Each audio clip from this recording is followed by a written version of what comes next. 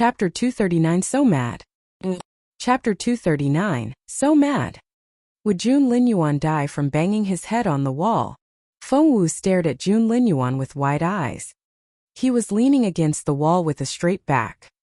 His face was drained of all color. His eyes were tightly shut, and his face was emotionless. He wasn't dead, was he? Feng was a little frightened.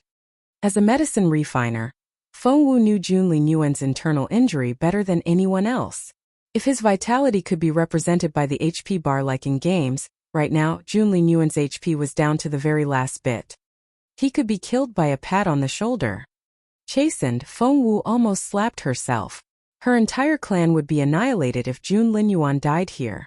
Her beautiful mother and her sweet brother would both be. Taking a deep breath, Feng calmed herself down. Then she moved closer and put her right index finger under Jun Linyuan's nose. He wasn't breathing. Feng blanched. This couldn't be happening. Jun Linyuan was dead. There was no time to think. She leant toward Jun Linyuan and gave him CPR. Jun Linyuan had indeed stopped breathing for a brief moment when Feng shoved him into the wall, but it was only for a split second. He wasn't that weak. His body was able to adjust itself and he was soon breathing again. However, at that moment soft lips were pressed to his. Moreover, she pried his lips open and stuck her tongue in. The soft lips felt like an electric shock, and it was a sensation he had never experienced before. Jun Linyuan's heart skipped a beat. Eyes wide open, he stared at Feng baffled by that first kiss. Feng Sun's words played repeatedly in his head. Feng is crazy about you. Don't give her any hope if you don't like her. He never took Feng Sun's words seriously, but the guy turned out to be right this time. Feng was indeed crazy about him. Stiffening, Jun Linyuan clenched his fists. His face was as fair as ever, but his earlobes had turned a shade pinker. Only then did Feng sense Jun Linyuan's hot breath on her cheeks. He was. Opening her eyes, she met his brooding gaze. His eyes were darker than the night sky, but brighter than stars. They were resplendent and dazzling. Right now, he was looking at her unblinkingly. And the look on his face was. Feng bolted up. Wiping her mouth, she struggled to keep her composure as she looked at Jun Linyuan. You were almost. Do you ever get shy? Jun Linyuan said with a solemn look on his face. Feng was befuddled. What do you mean? Jun Linyuan cleared his throat and he sounded rather grim when he said, self-respect is an important quality for a young woman. Feng face turned livid immediately. Glaring at Jun Linyuan, she was furious. She didn't have self-respect. She had only done that because she didn't want her clan wiped out due to the all-powerful crown prince dying on her watch. How did self-respect have anything to do with that? Angry and aggrieved, Feng promptly turned to leave. That baffled Jun Linyuan and he didn't know how to respond. Bang! Feng slammed the door shut behind her. Jun Linyuan frowned a little, the look on his face ineffable. Feng charged out to find Feng Sun standing outside.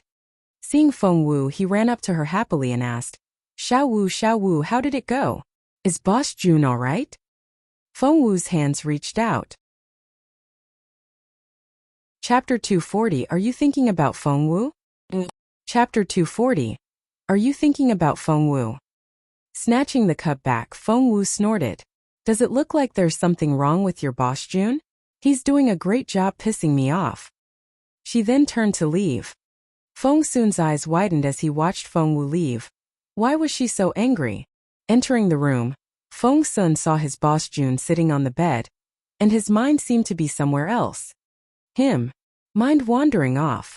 Was boss Jun even capable of that? How strange.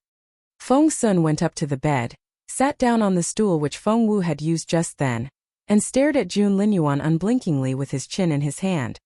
When Jun Linyuan came back to himself, he saw Feng Sun in front of him, and he narrowed his eyes. When had Feng Sun come in? How come he hadn't heard it at all? Looking Jun Linyuan up and down, Feng Sun examined him closely.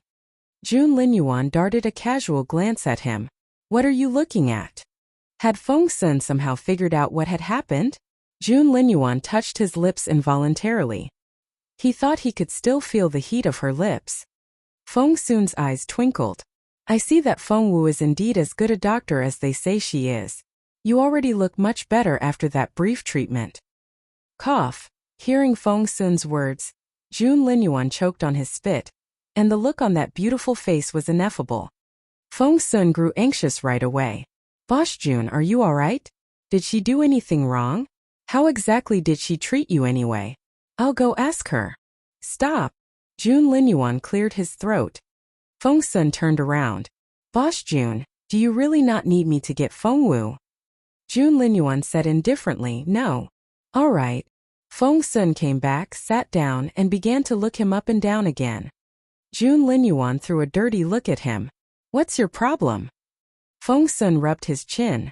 Your mind wandered off just then, didn't it? What were you thinking? Jun Linyuan's face darkened a little. Feng Sun was right. He had indeed been lost in his thoughts, and all that was in his mind was Feng Wu's gentle countenance when she lowered her head. The feeling was very new to Jun Linyuan, and he resisted it instinctively. As a cultivator, whose ultimate goal was to reach the pinnacle of martial arts, Jun Linyuan didn't like distracting thoughts that could mess up his attention. Feng Wu was one of those distracting thoughts. You're not thinking about Feng Wu, are you? Feng Sun was intrigued. He looked at Jun Linyuan with shining eyes. Hey Boss Jun, do you have a thing for Feng Wu? No.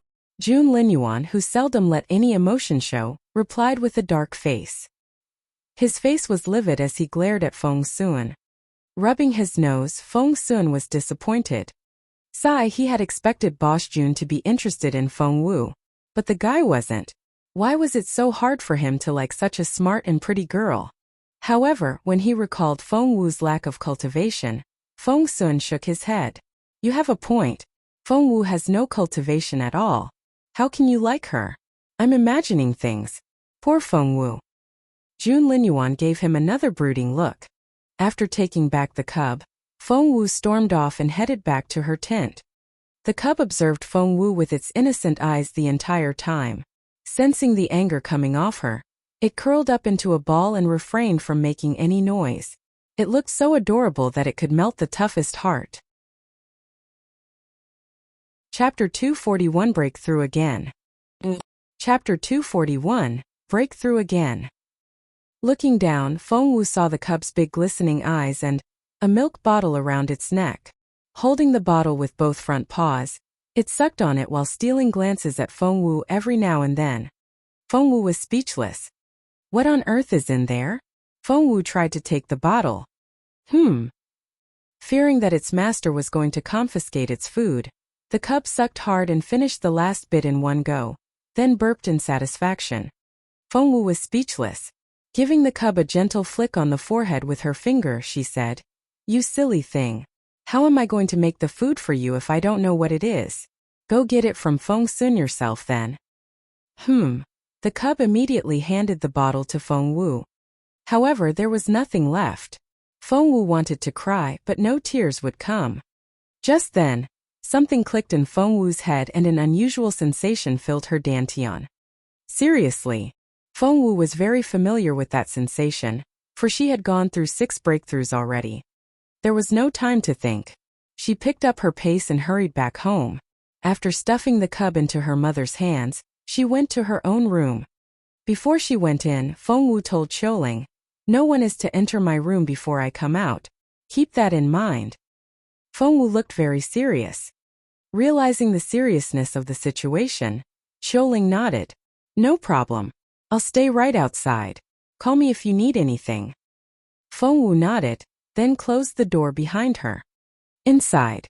Without thinking, Feng Wu sat down with her legs crossed, got rid of all distracting thoughts, then entered a trance. The first thing she did was to inspect her dantian. As expected, the golden liquid was about to spill out. Feng Wu closed her eyes immediately and began to cycle the golden liquid through her meridians. She had no idea what had happened, but this change was great news to her.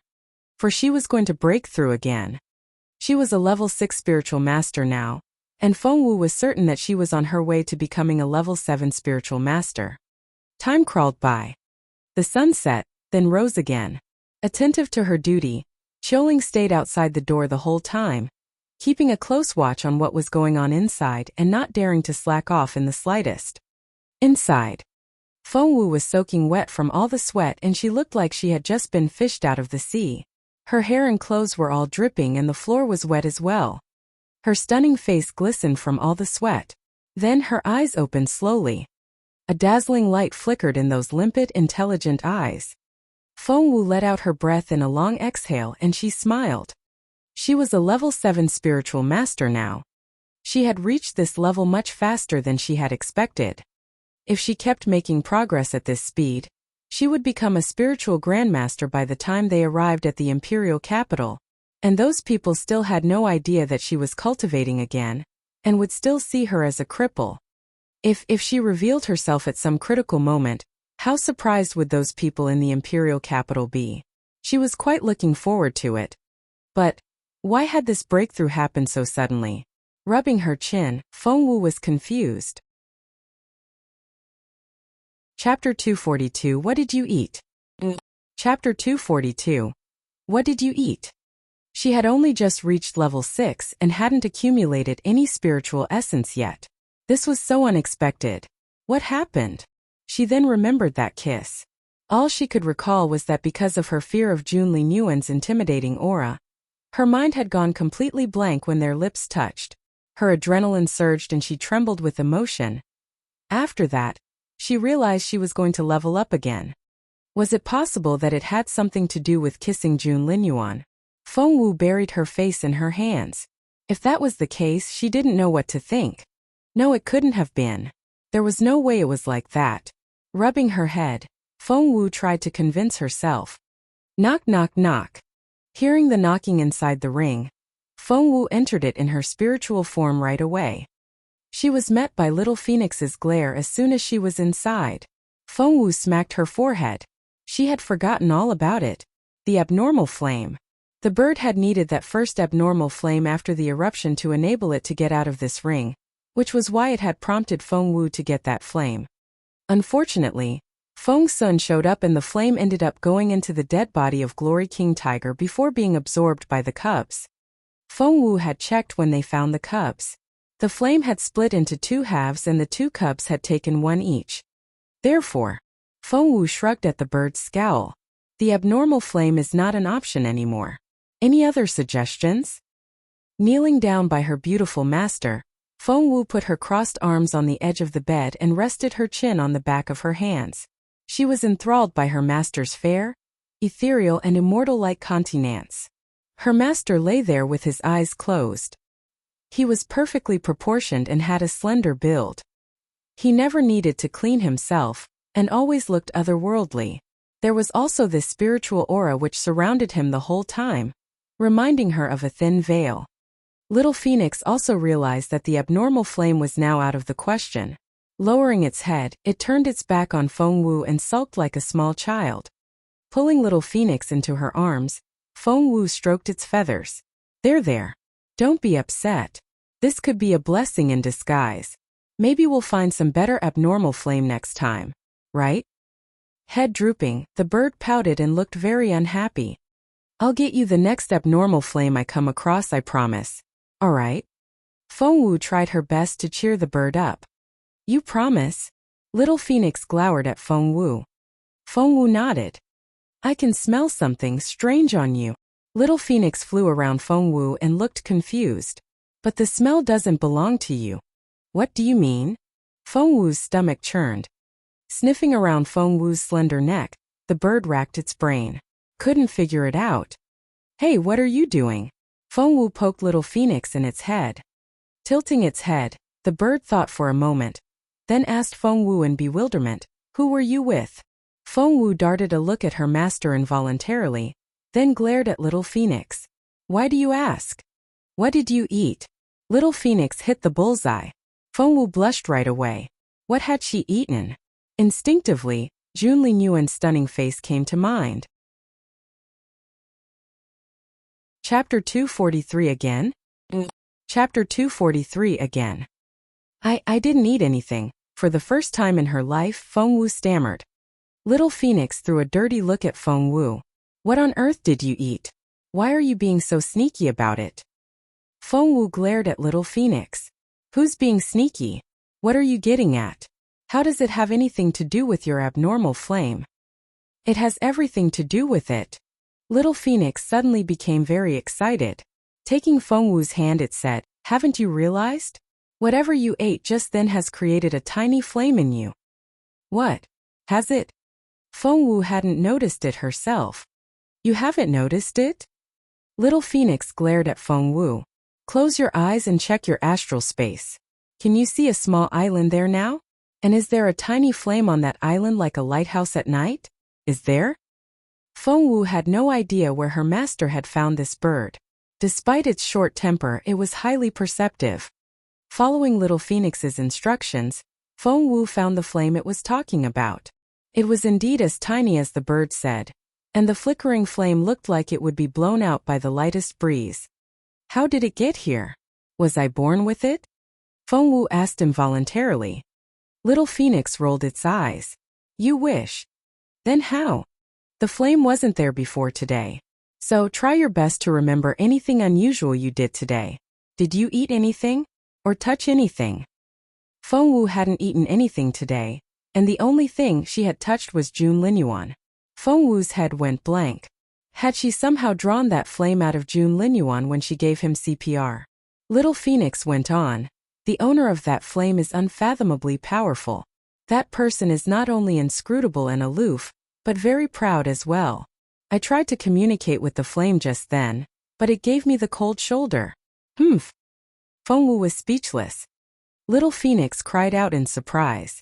Wait, this abnormal flame has a lightning quality? Exactly where did you get this flame? We've hit the jackpot. Feng Wu rubbed her forehead. Unfathomably powerful, aloof and proud in personality, and the flame had a lightning quality. All of those pointed to one person only, Jun Linyuan. How? She was trying her best to steer clear of that guy. But why was she only getting more involved? At the same time, Little Phoenix was still talking. I want this abnormal flame. I want it and it only. Yes, I want it. Feng Wu rubbed her forehead. Take it then. It's still too little. Little Phoenix shook its head. I can't consume it yet. I have to wait until it gets bigger. Wait then. Feng Wu found the bird impossible to raise. It asked for too much. That's why you need to help it grow. Little Phoenix looked at Feng Wu in excitement. Feng Wu asked, what do you mean? Eat more of it just like what you did before. Little Phoenix was exhilarated. It won't grow on its own. This is only a quarter of the flame. So you know what to do. I don't. I really don't. Feng Wu was baffled. What do you mean by eat more of it? And a quarter of what? Tell me everything. Chapter 244 You Fickle Woman, Chapter 244 You Fickle Woman, Little Phoenix threw a disdainful look at Feng Wu. It means that you've only taken a quarter of the energy of that abnormal fire. You'll need to repeat it 3 more times to get the rest, and only then will you have a complete abnormal flame. What you have now is a fraction of the abnormal flame at most. Feng Wu. Did that mean that she would have to kiss Jun Linyuan 3 more times? That was never going to happen. What if I refused to do it? Feng Wu meant it. Everyone already thought that she was in love with Jun Linyuan and wouldn't leave the guy alone. She couldn't stay far enough from Jun Linyuan to clear her name. And the bird was asking her to kiss Jun Linyuan voluntarily? And she needed to do it 3 times? She would rather be struck by a thunderbolt right now.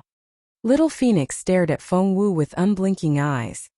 No, Feng Wu refused outright. Glaring at Feng Wu, Little Phoenix said indignantly, do you have any idea how worried I am every time you get your ass kicked? Feng Wu was speechless. And do you know how pissed I am every time I see you defeated? Feng Wu was speechless. And can you imagine how frustrated I am when I want to fight for you so bad, but can't get out of here? Feng Wu was speechless.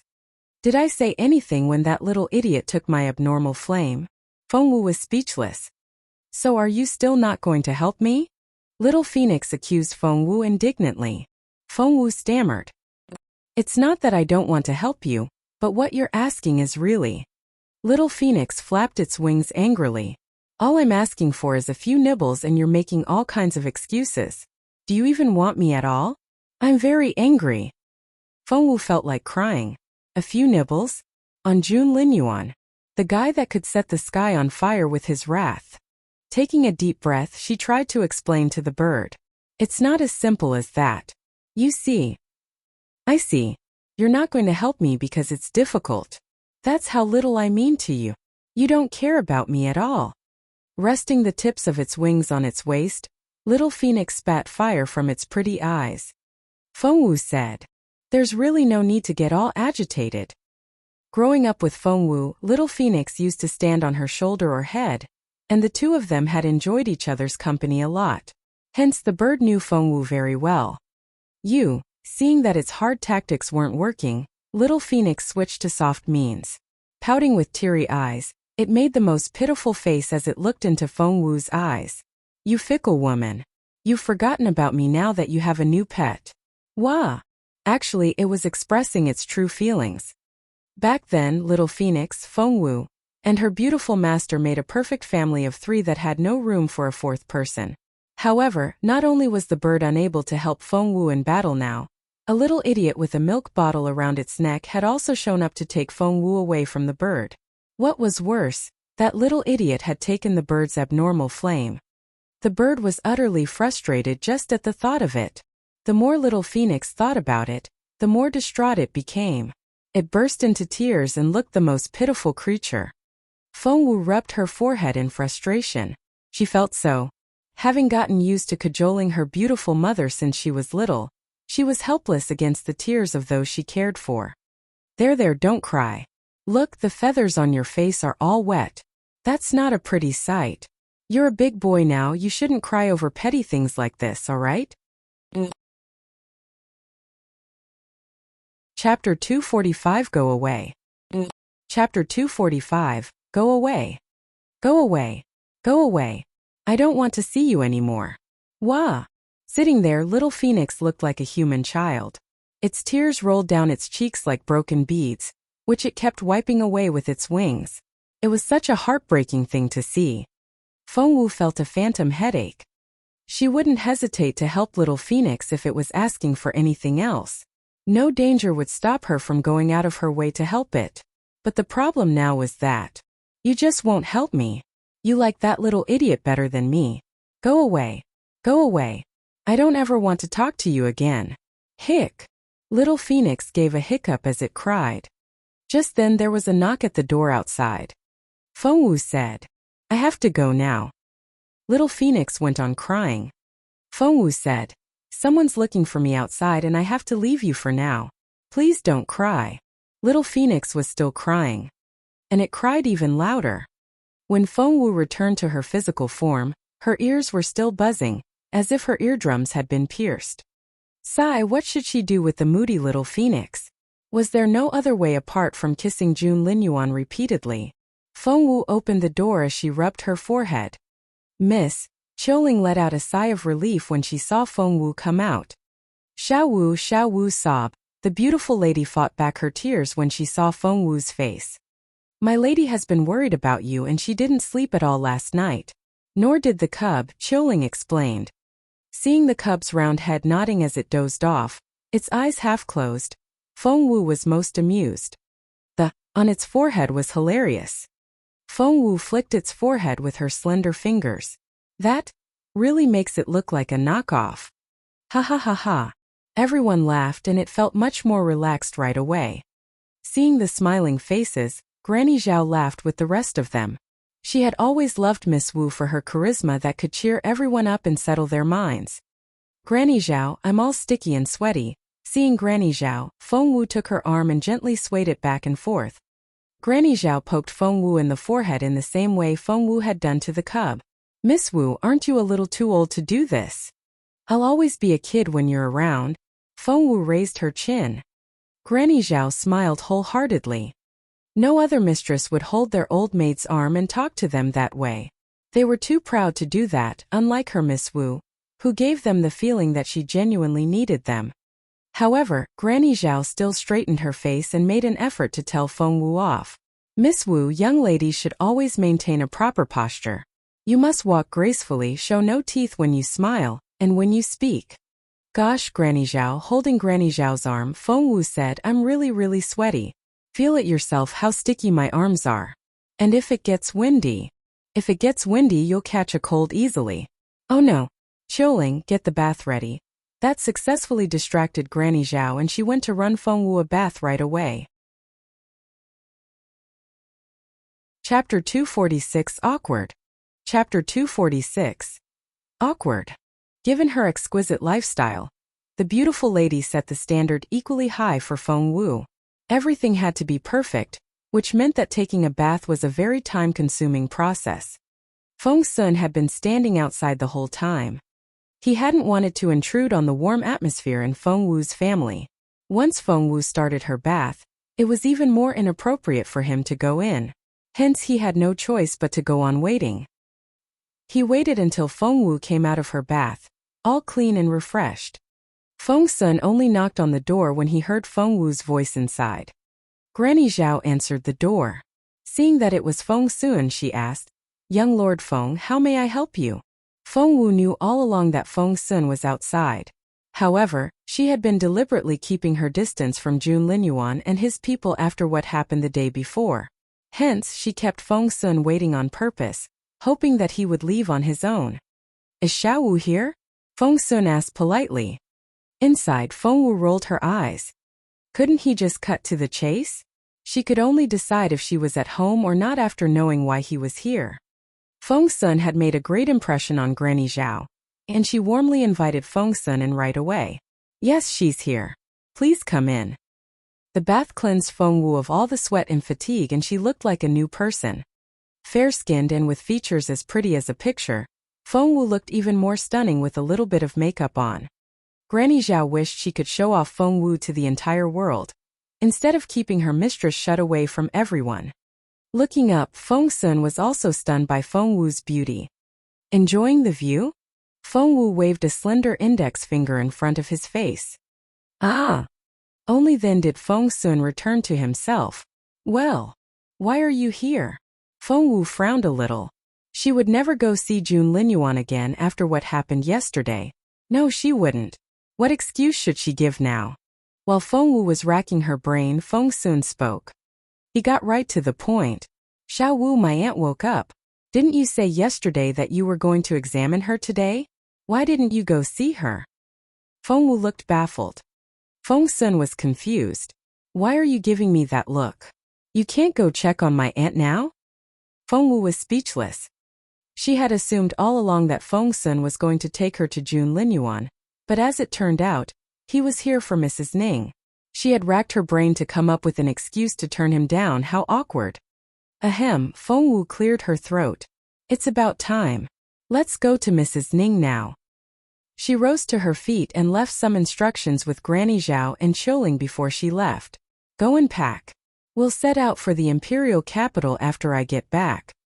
Granny Zhao and Xiuling thought it was rather hasty, but since they were used to following Feng Wu's orders, both nodded without any objections. On their way to Mrs. Ning, Feng Wu realized that Feng Sun's head was down, as if he was pondering something. She darted a look at him in bewilderment, but didn't ask him about it. They reached the Ning family's place in no time. Conflicted, Feng Sun waited a while before asking, Are you leaving for the Imperial capital already? Feng Wu nodded. Yup. Why the rush? Feng Sun puffed out his cheeks.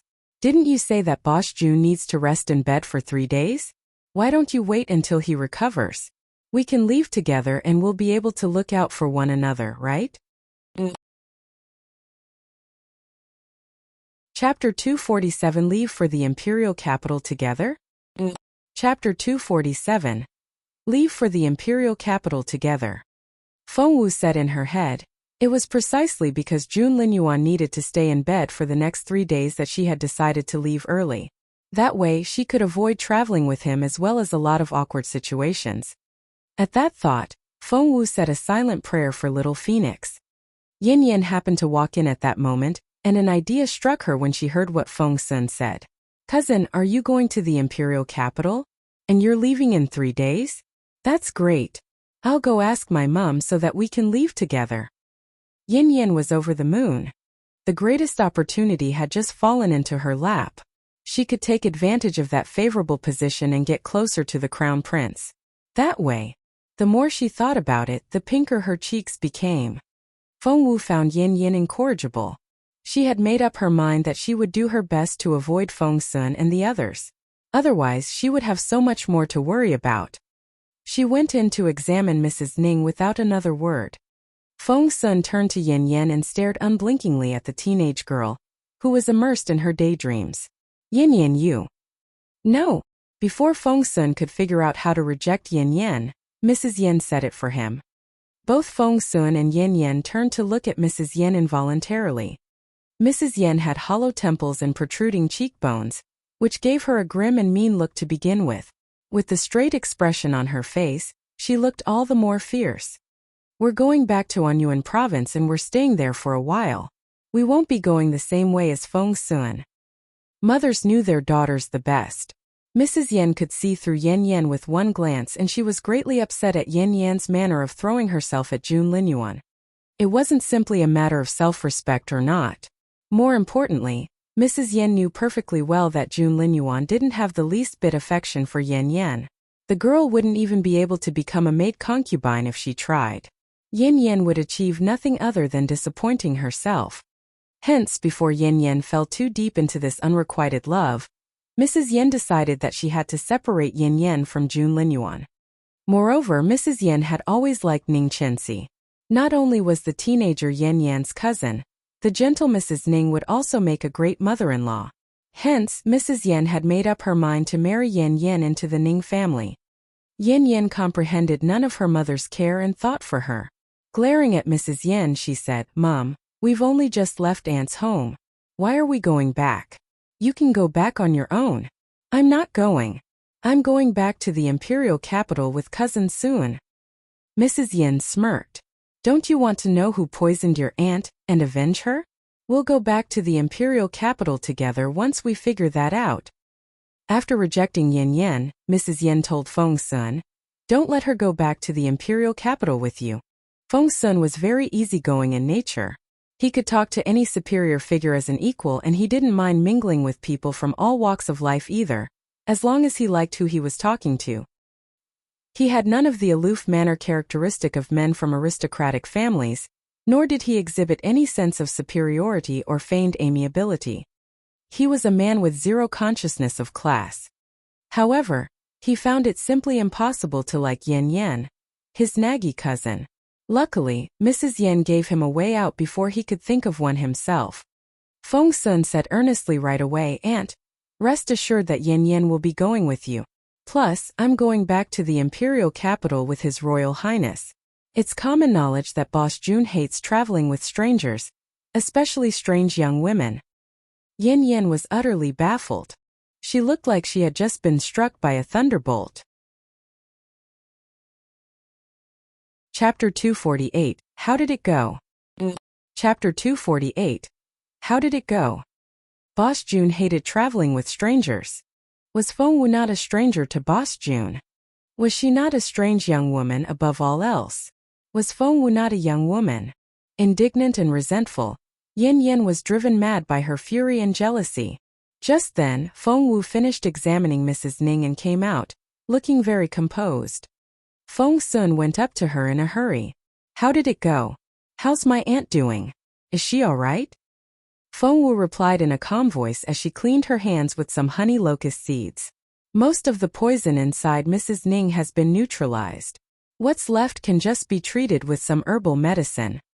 After that, she gestured with her eyes at the table, upon which lay a prescription she had just written. Mrs. Yin looked at Feng Wu, who was cleaning her hands, and the look in her piercing eyes turned indecipherable. She had had a very bad first impression on Feng Wu. After that, she found fault in everything the girl did and said the meanest things to the latter. Not only didn't the girl talk back, she also saved so many people. Compared with Feng Wu, Mrs. Yin found herself rather. She smiled bitterly inside, then turned to Feng Wu with a solemn look on her face. "Thank you very much, Miss Feng. After you get back to the Imperial capital, if you need anything, please don't hesitate to come to the Yin mansion. We'll do our best to help you." After that, Mrs. Yin handed Feng Wu a small wooden plate. It was the size of her palm, and carved on one side was an eagle which had a grim and piercing look in its eyes. Feng Sun's eyes lit up at the sight of it. He immediately took the plate and stuffed it in Feng Wu's hands. "This is great. Just take it." Yin Yin was furious. Snatching the wooden plate out of Feng Wu's hand, she snapped, "Of course this is great. This is the Yin family's collecting card of the Chamber of Commerce. This card alone has an overdraft limit of 100,000 taels of silver. Even I don't have one. Why should you?" Mrs. Yin was so angry that she almost smacked Yin Yin on the head. Was this girl merely stupid, or was she not concerned with her mother's health at all? Mrs. Yin had given Feng Wu that card to thank the latter for saving Mrs. Ning's life as well as to pay her in advance for her being saved later. Feng Wu had pointed out Mrs. Yan's health problems the first time they met, but back then, Mrs. Yin found Feng Wu despicable. Not only wouldn't she believe anything Feng Wu said, she had humiliated the girl for it. However, Feng Wu had proven her unparalleled medical skills over and over again after that, and as a result, Mrs. Yin had been dreaming every night of dying of some terminal disease. That was why her attitude toward Feng Wu had changed drastically. Mrs. Yin stared at Yin Yin. The girl had been there the whole time. Did she not care about her mother at all? The more Mrs. Yin thought about it, the more bitterly disappointed she was. After they left the courtyard, Feng Sun looked at Feng Wu, swallowing back the words on the tip of his tongue. Feng Wu didn't press. She only waved at him with a smile. "We'll be setting out today. See you in the Imperial capital." However, Feng Wu only took a few steps before Feng Sun called out behind her, "Xiao Wu." Feng Wu turned around involuntarily. "You..." Feng Sun went on after some hesitation. "Since you finished examining my aunt, how about taking a look at Boss Jun now?" Feng Sun thought that he had seen through Feng Wu. He had taken her for a two-faced girl who, despite her eagerness to get close to Boss Jun, wouldn't do it because of her pride. Feng Wu declined instinctively. She had known something like this was going to happen. Jun Linyuan was the last person on earth she wanted to get close to, and she waved her hands before she knew it. "Your Boss Jun is totally fine. His ability to recover is better than anyone's. 3 days in bed and he'll be as good as new. I don't need to see him." Chapter 249 Miss Wu is the best master. Chapter 249. Miss Wu is the best master. Seeing the look on Feng Wu's face, which reminded him of a frightened deer, Feng Sun was even more convinced of his conclusion. Smiling wryly inside, he tried to persuade Feng Wu. "I think you should go have a look. You'll be able to set your mind at rest afterward, right?" "My mind is perfectly fine without it." Feng Wu raised her voice involuntarily. Look who was overreacting here. Feng Sun was even more sure that he had gotten to the truth of the matter.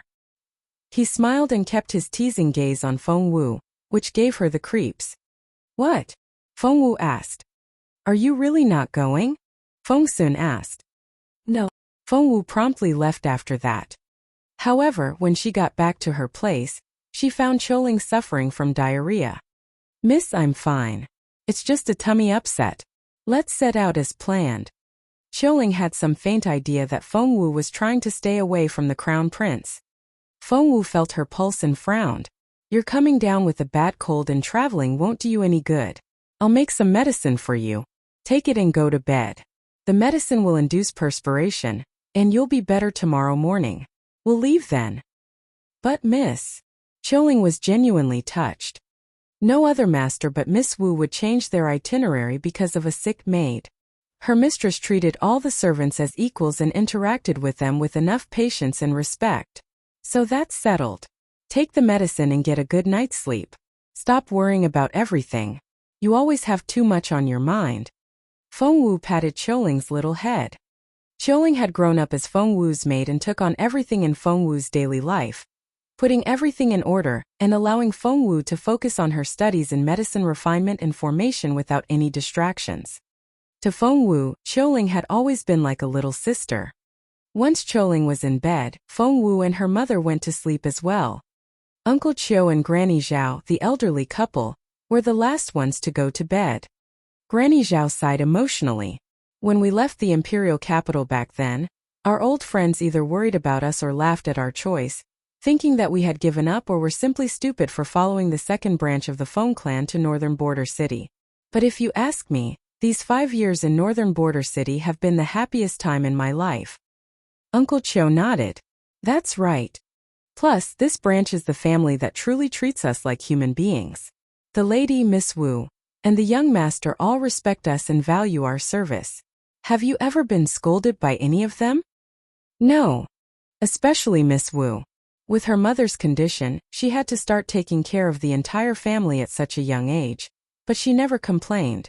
She dotes on Our Lady, protects the young master, and cares for all of us. I sometimes feel for Miss Wu like she's my own child. Miss Wu really is the best master one can have. We're so blessed to be working for her. Granny Zhao gloated. You don't say. Now Miss Wu can cultivate again and she's progressing really fast. Those people in the Imperial capital will jump to their feet when they find out. Uncle Cho lowered his voice hastily. Miss Wu doesn't want other people to know about it yet, and we have to keep it a secret. We haven't found out who did those things to Miss Wu back then, and if those people find out about this, we'll be in so much trouble. Chapter 250 Fall Asleep in No Time. Chapter 250 Fall Asleep in No Time. Do you think I'm stupid? Of course I won't tell anyone. We'll only go public after Miss Wu has made great progress. Those people in the Imperial capital will be so mad. Ha. I can't wait to see their faces. While Uncle Chiu and Granny Zhao were enjoying their conversation, Feng Wu was having difficulty falling asleep. She had been sleeping soundly when her foot tickled. Something seemed to be gnawing on her toes. Feng Wu woke up, lifted her duvet, and was dumbfounded at what she saw. The cub had climbed into her bed when she wasn't looking and was now lying by her feet. Holding her foot with its fluffy front paws, it was nibbling on it with its eyes closed. Feng Wu was speechless. The cub's teeth were still very tiny and its nibbles tickled rather than hurt. However, this act itself was too silly. Resigned, Feng Wu drew back her foot. However, the cub wouldn't let her. Still holding onto Feng Wu's foot with its paws, it stuck its tiny body to her soul and moved with it. Feng Wu picked up the little thing by the back of its neck, and only then did the cub open its eyes and look at Feng Wu innocently. It then held its stomach and cried piteously, its body shaking as if it was having a seizure. Feng Wu almost rolled her eyes. Are you really that hungry? The cub nodded immediately, looking very aggrieved. Its limpid big eyes were so cute that one felt like hugging it tight. Feng Wu sighed. Why are you always hungry? You just ate.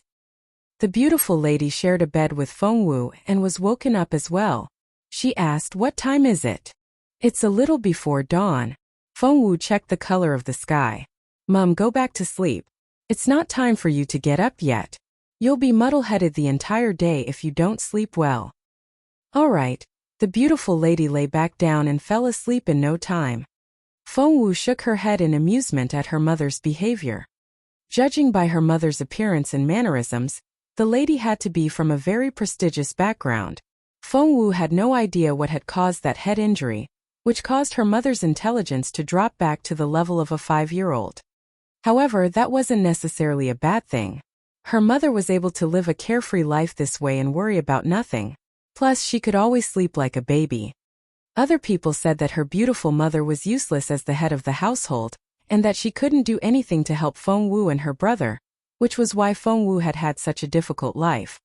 But that wasn't the case. Gently brushing away the loose hair from her mother's cheek, Feng Wu looked at her affectionately. Her delicate mother and younger brother, and the warm family life they had given her was what motivated Feng Wu to become stronger, so that she could protect her family and every member in it. What was the point of becoming the most powerful person in the world if you had no family or friends? Was such a life worth living? Feng Wu didn't think so. After carefully tucking her mother in and making sure that the latter wouldn't kick off her duvet, Feng Wu quietly got out of bed and put on some clothes. It was 3 o'clock in the morning and all was dark outside. Leaving her warm bed was the last thing Feng Wu wanted to do. However, the cub was starving. What choice did she have? Chapter 251.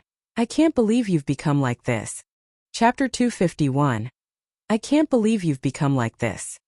The cub had emptied the milk bottle and Feng Wu couldn't tell what was in the milk. She had no choice but to take the cub and its bottle to Feng Xuan. Feng Xuan lived with Jun Linyuan and Xuan Yi. Feng Wu found the place without difficulty. Since no one was guarding the door and the wall wasn't high either, Feng Wu stuffed the cub in her pocket, jumped swiftly onto the wall, and landed in the garden on the other side. The earthquake had destroyed most of the houses in Wanping town, and most of the folks were living in tents at the moment. The most exquisite and magnificent house had been saved for the crown prince. Feng Wu was a little baffled as she looked around the spacious courtyard. Which one was Feng Xuan living in? Since no one was around, she didn't know who to ask. Feng Wu wandered around, and just when she was going to push a random door open to ask the person inside, thump! Someone landed behind her when she reached for the door handle. Turning around, Feng Wu saw someone she knew in the silver moonlight. Feng Xuan! Feng Wu cried out. There you are. I've been looking everywhere for you. You! Before Feng Wu could finish, she saw that Feng Xuan was staring at her unblinkingly with an indescribable look on his face. His face turned various shades of color, making him look like a walking rainbow. You pointing at Feng Wu, Feng Xuan stumbled back, the look in his eyes a mix of disbelief, astonishment and terror. Terror? Feng Wu was bewildered. What was wrong with Feng Xuan? All she did was come in here to get some food for her cub. It was starving. Feng Wu, you. Feng Xuan swallowed, then said slowly, why you? I what? Feng Wu looked at Feng Xuan in confusion. How can you do this? I can't believe you've become like this. I thought that at least you were different from the others and that you would value your reputation. You shouldn't be like every other girl. Why are you doing this? Feng Xuan turned into a chatterbox as his imagination consumed him. Why are you doing this? I feel like I don't know you at all. Question marks were popping out of the top of Feng Wu's head as she stared at Feng Xuan in confusion. Young Lord Feng, are you sleepwalking? Feng Xuan glared at Feng Wu. Just because you're a good doctor doesn't mean that you can hypnotize me. You can't get away with this by doing that. Feng Wu was really pissed now. Feng Xuan, you're not making any sense. You keep talking about me doing this thing. But what on earth have I done to freak you out like this? She really had no idea at all. It was so frustrating to be wronged like this. Feng Xuan gave her a very strange, ineffable look. Are you not trying to climb into Boss Jun's bed? What? That successfully freaked Feng Wu out. Where on earth did Feng Xuan get that idea and why did he even believe it? Feng Xuan, what's inside your head? A brain or a sponge? Me climb into Jun Linyuan's bed? Are you blind or an idiot? I can't believe this. Feng Wu yelled at the top of her lungs. She had always been a level-headed person, but after Feng Xuan's repeated misunderstandings, she could no longer hold back her temper. Feng Xuan looked at Feng Wu quietly, then looked behind her. Chapter 252. This drama cub is a natural. Chapter 252. This drama cub is a natural. Feng Wu looked back involuntarily. The window behind her had opened when she wasn't looking, and inside stood a tall, slender figure.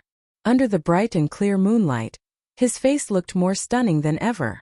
It was Jun Linyuan. Right now Jun Linyuan's piercing, brooding and cold gaze was fixed on her.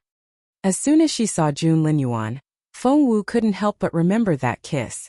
She felt so awkward that she didn't know how to react, not to mention that the situation here was already very embarrassing. Feng Wu was speechless. Jun Linyuan had already been brainwashed by Feng Xuan and believed that she was head over heels in love with him. Was she ever going to clear her name? However, Feng Wu wouldn't give up explaining herself. Taking the cub out of her pocket, she bravely met Jun Linyuan's gaze. My cub is hungry. It had cramps and broke into a cold sweat in the middle of the night. I had no choice but to come here. Jun Linyuan's eyes were two black whirlpools that had seething flames in them. His unblinking gaze still on her. He didn't utter a word. It was that inscrutable look again, and that ambiguous attitude, and his heavily guarded feelings. Do you believe me or not? Say something. This was so awkward. Feng Wu's heart raced under Jun Linyuan's intense gaze, And she couldn't think of anything else to say. She was able to get through any situation calmly, but why was she so fidgety whenever Jun Linyuan turned his eyes on her? Feng Wu couldn't for the life of her figure it out. If no one intervened, Feng Wu and Jun Linyuan would probably be locked in this stare-down until the end of the world without a word from either of them. The cub has cramps? Feng Sun rushed to her side, took the cub and examined it. Well, it doesn't. It looks very healthy. There's nothing wrong with it. Feng Wu looked down at the cub in Feng Sun's hands. What? The half-dead cub that had been holding its belly and covered in cold sweat was brimming with energy now. It jumped out of Feng Sun's hands, stepped on his head, then hopped onto the window from there. Standing there, the cub met Jun Linyuan's gaze, and the guy frowned a little. The cub stumbled back involuntarily, a look of terror flickering in its bright eyes. This was such a terrifying teenager. The cub ran back in a whoosh and hid back inside Feng Wu's pocket before it looked out with an anxious expression in its big round eyes. Feng Wu poked the cub in the forehead. The little thing was such a cowardly bully. It had never shown that sort of fear with her. The cub rubbed its forehead where Feng Wu had poked it and tears welled up in its pretty eyes. It looked the most pitiful thing. Feng Wu was speechless. This drama cub was a natural. Feng Sun gave Feng Wu an indecipherable look. Can you at least try to find a better excuse? The cub doesn't know how to act. Feng Wu replied with a ha. The cub didn't know how to act? The little thing was an award-winning actor, okay? She had fallen victim to its acting several times already. Feng Wu wanted to cry but no tears would come. Would she ever be able to find justice for herself?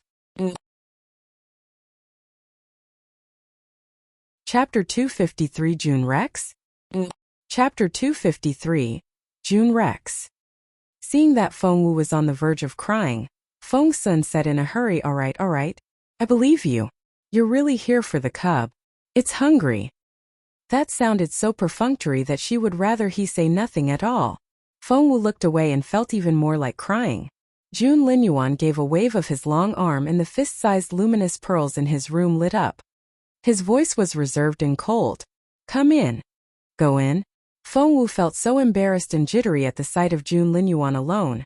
The last thing she wanted to do now was to go into his room.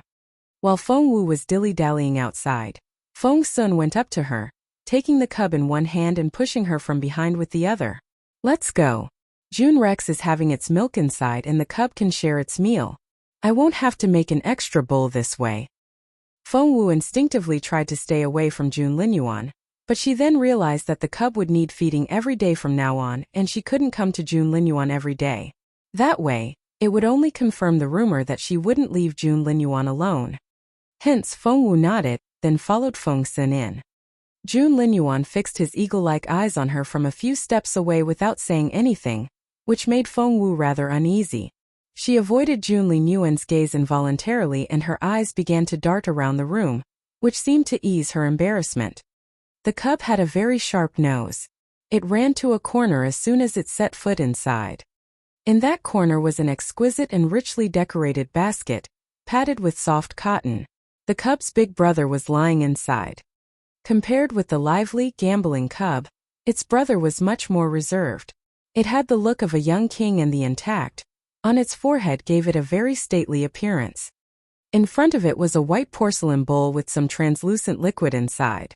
Feng Wu couldn't tell what it was, but she could detect a high concentration of spiritual essence in it.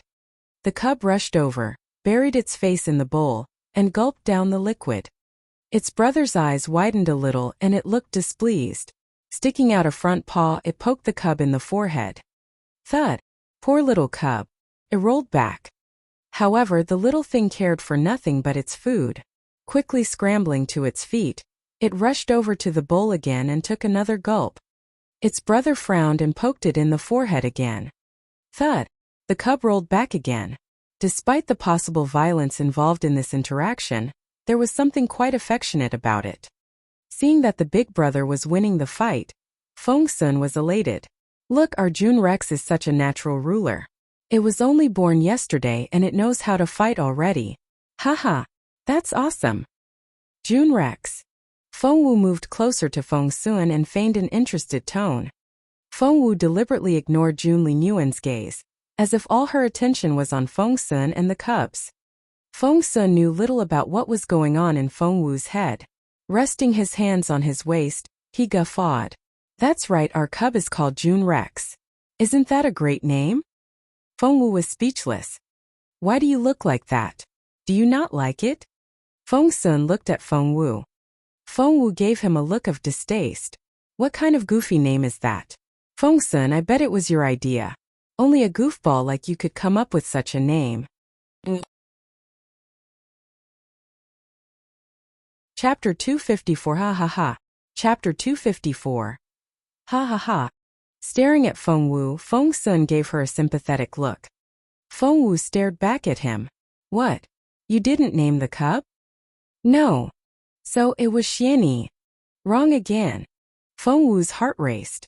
After ruling Feng Sun and Xuan Yi out, there was only one other person left. The intense eyes which were fixed on her were as piercing and relentless as that of a beast lurking in the dark, giving her the jitters. Feng Wu chuckled awkwardly and changed the subject. By the way, what's that liquid you're feeding the cub? It smells like spiritual essence, but there's something more to it. Feng Sun was being very cheeky and he wouldn't let it drop. You have to guess now. Guess who gave the cub that name and I'll tell you what that liquid is. He was setting her up right in front of her face. Feng Wu glared at Feng Sun. Feng Sun made a face at her, exactly like what a spoiled young master should look like. Feng Wu smacked her forehead. How could she have forgotten that the guy here was known for his unruliness in the Imperial capital? He was no lamb. However, Feng Wu wouldn't utter Jun Linyuan's name if she could help it. She went up to the cubs, crouched down and studied them closely. Back off, Feng Sun cried out. Jun Rex is very protective of its food. You're too close and it'll think you're taking away its food. It'll throw its abnormal flame at you. Feng Wu had crouched down right next to Jun Rex. However, all Jun Rex did was to keep poking Feng Wu's cub, and showed no hostility toward Feng Wu at all. What? Feng Sun watched this in confusion. That wasn't right. Jun Rex was a very bossy and proud cub, and as the person who made that spiritual essence liquid for the cub, Feng Sun had had such a difficult time. When his fingers got a little too close to Jun Rex when it was eating, it almost burnt them with its abnormal flame. Bad cub. However, Feng Wu was much closer now and Jun Rex didn't seem to mind at all. That was so strange. Not only was Feng Wu very close, she was also reaching out to rub Jun Rex's fluffy and round, but very stately head. Don't. Feng Sun jumped to his feet. Jun Rex is very sensitive that way and it'll bite you. However, to Feng Sun's disbelief, when Feng Wu caressed Jun Rex's head, the arrogant, cocky Lord Jun Rex didn't spit out any abnormal flame. Instead, it rubbed the top of its head against Feng Wu's palm and even licked it with its little pink tongue, looking very fond of Feng Wu. Feng Sun didn't know what to say. He jumped up. Seriously? It's not biting you. And it's even licking your hand. Feng Wu looked at Feng Sun innocently. How can you say such things about Jun Rex? It's such a lamb. Seeing Feng Wu's interaction with its brother, the younger cub was exasperated. It rushed to Feng Wu's side and snuggled into Feng Wu's arms, declaring its territory. Jun Rex reacted with a wave of its paw and the younger cub fell to the ground with a thud. It had to be really painful, just from the sound of it. However, the cub didn't seem to mind at all. Scrambling to its feet right away, it sat back in Feng Wu's arms and even moved Feng Wu's hand to its belly, showing that it was in Feng Wu's good graces. It then raised its chin at its big brother in a taunting manner. Feng Wu was speechless. This cub was so. Ha. Feng Sun burst out laughing. He then said to Feng Wu. Chapter 255 Goofy Jr. vs. Feng Tutu. Chapter 255. Goofy Jr. vs. Feng Tutu. Your little cub is so funny. Look at it. It's puffing out its cheeks and looks so proud. I'm cracking up here. Your cub has the intelligence of a little boy. Feng Wu sighed in resignation. He didn't have to remind her of that. She wouldn't have been tricked repeatedly if the cub wasn't this smart. It might look cute and harmless with that round little face, but deep down it was more quick-witted than a monkey. Hey, what's your cub called? Feng Sun asked with a smile. Feng Wu raised her head and saw that when she wasn't looking, Jun Linyuan had come up to them and was standing right behind Feng Sun. The luminous pearls shone on him, lighting up half of his face. The shadow gave more definition to his already chiseled features, making his face look even more sculpted. He looked remarkable. Now that he had moved closer, Feng Wu felt his gaze even more intensely, and it seemed to burn her skin. Feng Wu avoided his stare, acting as if he wasn't there.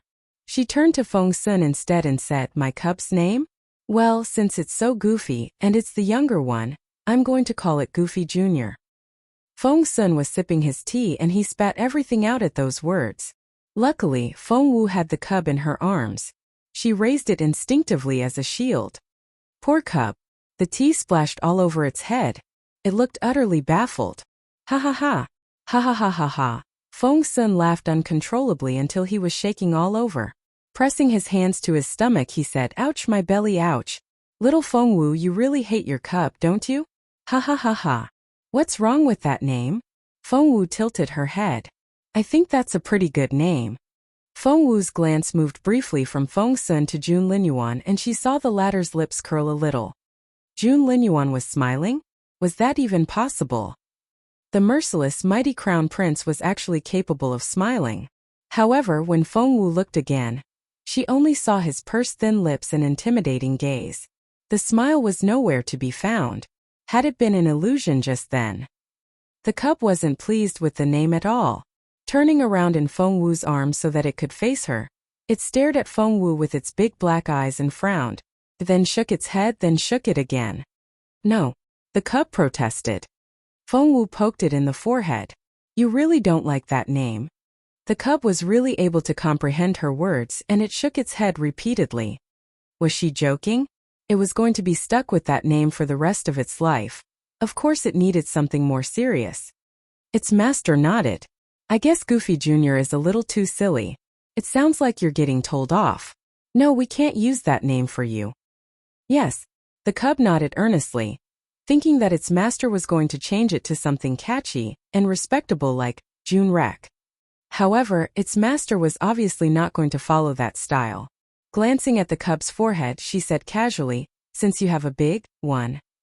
"Tu" basically means soil or earth in Chinese, and can also be used to describe something as unfashionable or countrified. On your forehead, we'll call you Feng Tutu. Xiao Tu will be your nickname, which sounds quite sweet and down to earth. I like it. Feng Sun roared with laughter as soon as Feng Wu announced the new name. Oh my god, holding his stomach, Feng Sun guffawed.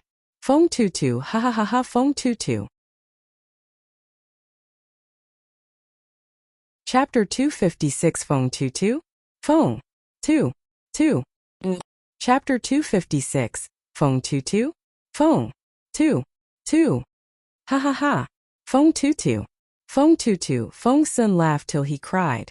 He trembled with laughter and spoke in disjointed syllables. Exactly how much do you hate your cub? What the heck is Feng Tutu? The cub's face had gone completely blank. It had expected something like Feng Sky or Feng River, if not something as memorable as Jun Rex. But the name it had been given was Feng Tutu. Feng. Tu. The cub burst into tears immediately. Grabbing Feng Wu's sleeve with its front paws, it pleaded with its glistening eyes. Although it was only days old, this clever cub knew perfectly well that if it was stuck with that name, it would be laughed at by all the other magical beasts. The cub had its future planned out. It was going to be the king of all magical beasts. However, there was nothing it could do to its master at that moment. She rubbed its head affectionately, but still wouldn't change her mind.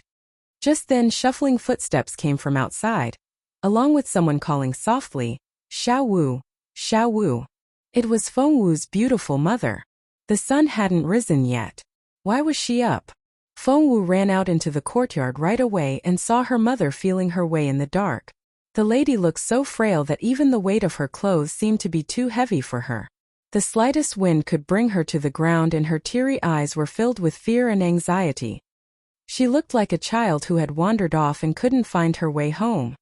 Seeing Feng Wu, the lady rushed to her side and held her hands tightly. Her eyes were brimming with tears and she pouted in grievance. Xiao Wu, you're here. Sob. I had a dream and I saw people beating you, sob. To Feng Wu, her mother was more like a little girl who needed protection and love. Hence, she wrapped her arms around her mother's slender shoulders and patted her gently on the back. There. I'm awesome. No one can beat me. Don't cry, Mom. That's right. The lady was at ease now that she had found Feng Wu, but she still wouldn't let go of Feng Wu's hands, as if she was afraid that her daughter would vanish at any moment. Feng Sun and Jun Linyuan watched this in bewilderment. Although they had seen the childlike lady when they were at the Feng Manor, they were still surprised to see the way Feng Wu interacted with her mother, which made them feel rather envious at the same time. Feng Wu was often impatient with them and gave them attitude. However, with her mother, she was nothing but gentle, caring, doting, and indulgent. One had to admit that her mother's beauty was indeed unmatched on this continent. Not only did she have perfect and exquisite features, her vulnerable, harmless, and innocent face was able to melt the toughest heart. Jun Linyuan's eyes flickered as he watched Feng Wu comforting her mother. He had no idea that family members could be this affectionate toward one another. Finally, Feng Wu was able to calm her mother down. She then said, "It's chilly out here and it'll be hours before the sun rises. I'm done here. Let's go back now." Chapter 257. What does little Tutu eat? Chapter 257. What does little Tutu eat? Just then the cub jumped out of Feng Wu's arms, crawled into her mother's arms and whined, waving its paws around. Still teary-eyed, the beautiful lady looked surprised. "Xiao Wu, are you going to call it Feng Tutu?" Feng Wu was bemused. "Mum, how did you know that?" She hadn't been there when the name was brought up. The lady looked at Feng Wu innocently and gestured at the cub. "It told me itself." Feng Wu was baffled. "Mum, you can understand what the cub is saying." The cub made sounds and gestures the whole time, but it was only days old and spoke in a beast tongue that no one could understand. The lady blinked at Feng Wu. "Yes. What did it say then?" "It called Feng Tutu the worst name and it told me that you're a bad master. It doesn't want to talk to you anymore, and it told me to spank you." The beautiful lady knew nothing about being tactful and told Feng Wu everything the cub said. The cub was dumbfounded. It looked like it had been struck by a thunderbolt. It didn't expect its master's mother to be this frank. Feng Wu was astonished as well, not at what the cub said, but by the fact that her mother could understand beast language. Feng Sun found this incredible. "Feng Wu, your mother can talk to beasts? Where did she learn that?" He had thought that the beautiful lady was capable of nothing but shedding tears, but she somehow had this hidden talent of understanding a beast language that no one else did. "Do you need to learn it?" The lady looked at Feng Sun in bewilderment. Feng Sun stood there dazed. Feng Wu burst out laughing. That was a great reply. Plain to the point and very effective. However, Feng Wu had an idea of her own. Judging by her mother's appearance and demeanor, she had to have an incredibly distinguished background. Something must have happened to her a long time ago. The lady thus lost her memories and became stranded in the Junwu Empire. Feng Wu decided that she would get to the bottom of it when she had the chance. Just then Feng Wu sensed an intense gaze. She looked up involuntarily. It was Jun Linyuan. Feng Wu's heart lurched and she looked away involuntarily. However, she regretted it almost immediately. Why should she be the one to look away? Hence she stared back at Jun Linyuan, refusing to show weakness. Intrigued, Jun Linyuan took her up on a stare down and met her eyes with his unblinking own. In the dark he reminded her of a magical beast lurking in the woods, giving off a dangerous air. Seeing the interaction between Feng Wu and Jun Linyuan, Feng Sun was greatly surprised. He couldn't believe his eyes. Finally, there was a woman bold enough to meet Boss Jun's gaze. After hanging around with Jun Linyuan for so many years, he had seen all kinds of bashful behavior when girls saw Boss Jun. Even Xuan, the so-called goddess of the phoenix, would look away shyly under Boss Jun's gaze, blush, and play with a lock of hair by her cheek. How could Feng Wu be this brave? An idea popped into Feng Sun's head at that moment. If it wasn't for the fact that Feng Wu couldn't cultivate anymore, these two would have been perfect for each other. What a pity. "What does little Tutu eat?" the beautiful lady blurted out.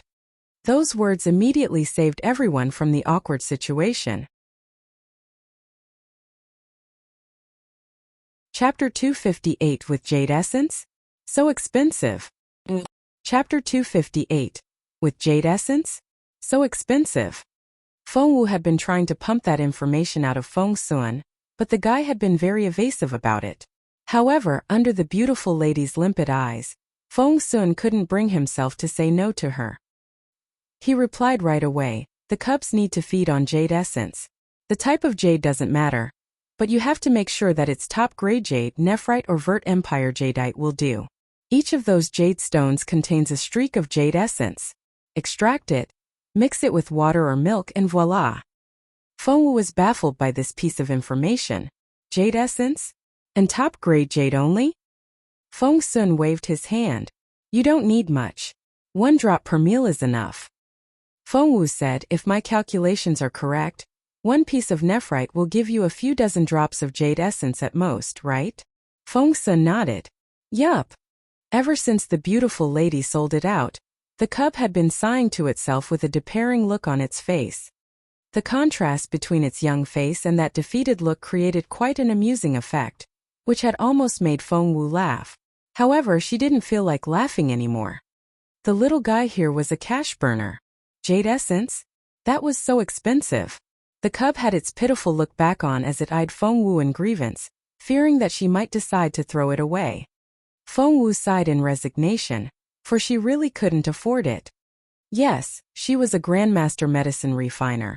But her master had left her with explicit instructions that the medicine she refined couldn't be used for profit. Moreover, she had never thought of running a business of her own during the past few years in the border city. As a result, she didn't have all that much money. Raising the cub on Jade Essence? The cost made her grimace just to think about it. Her mother said happily, Jade? I have a lot. Because the lady liked jewelry and gems, Feng Wu would collect them whenever she had the chance, especially jade stones, of which Feng Wu had amassed quite a big pile.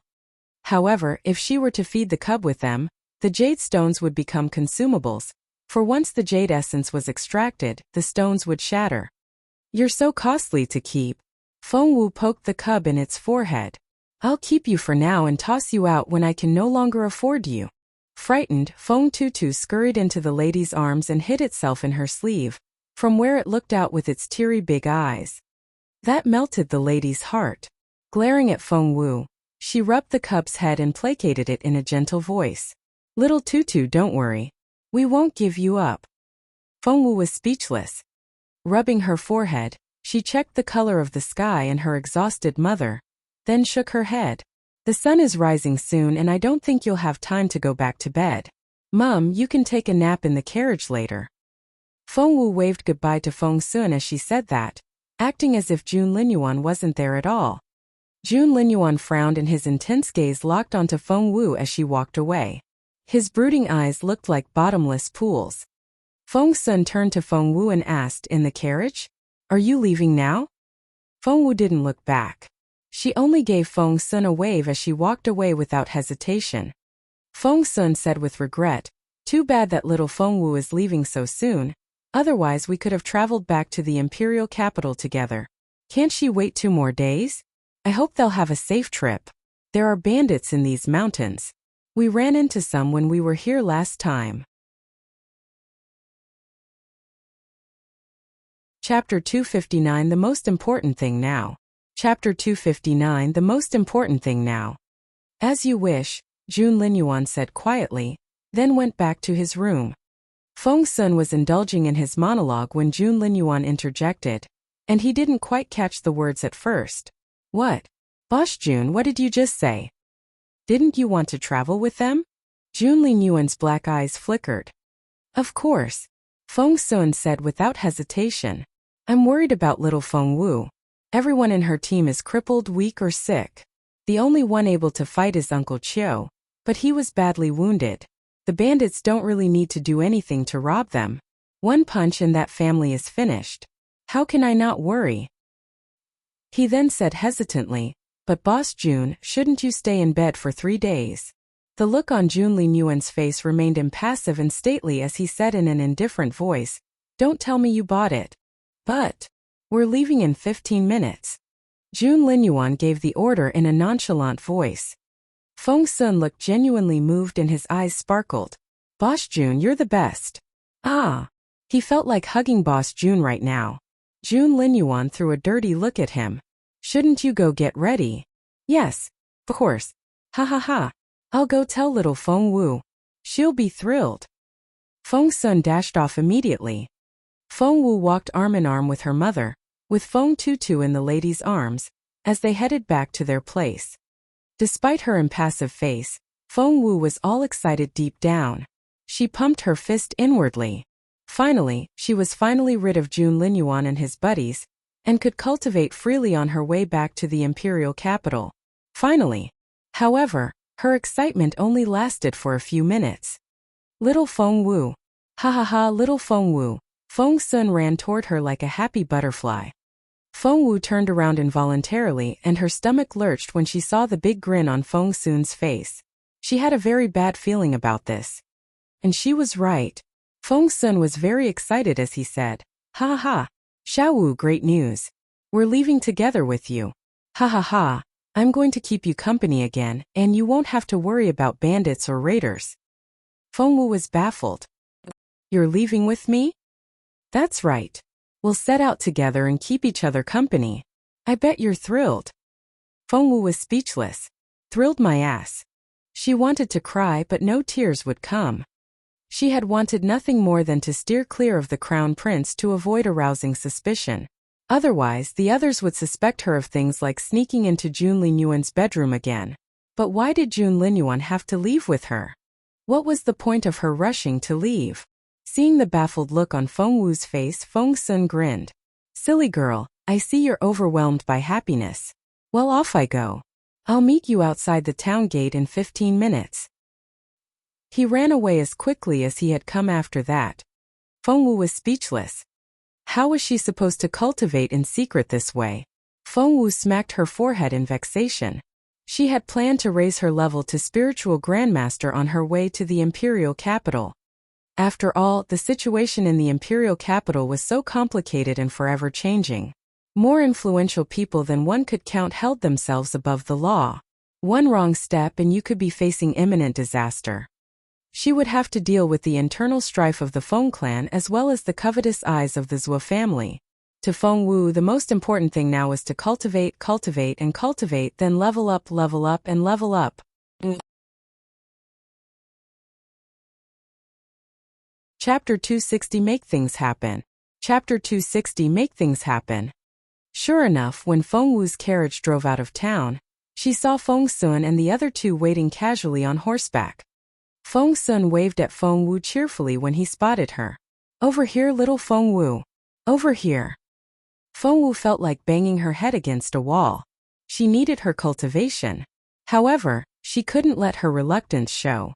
She had no choice but to give Feng Sun a nod before getting into her carriage.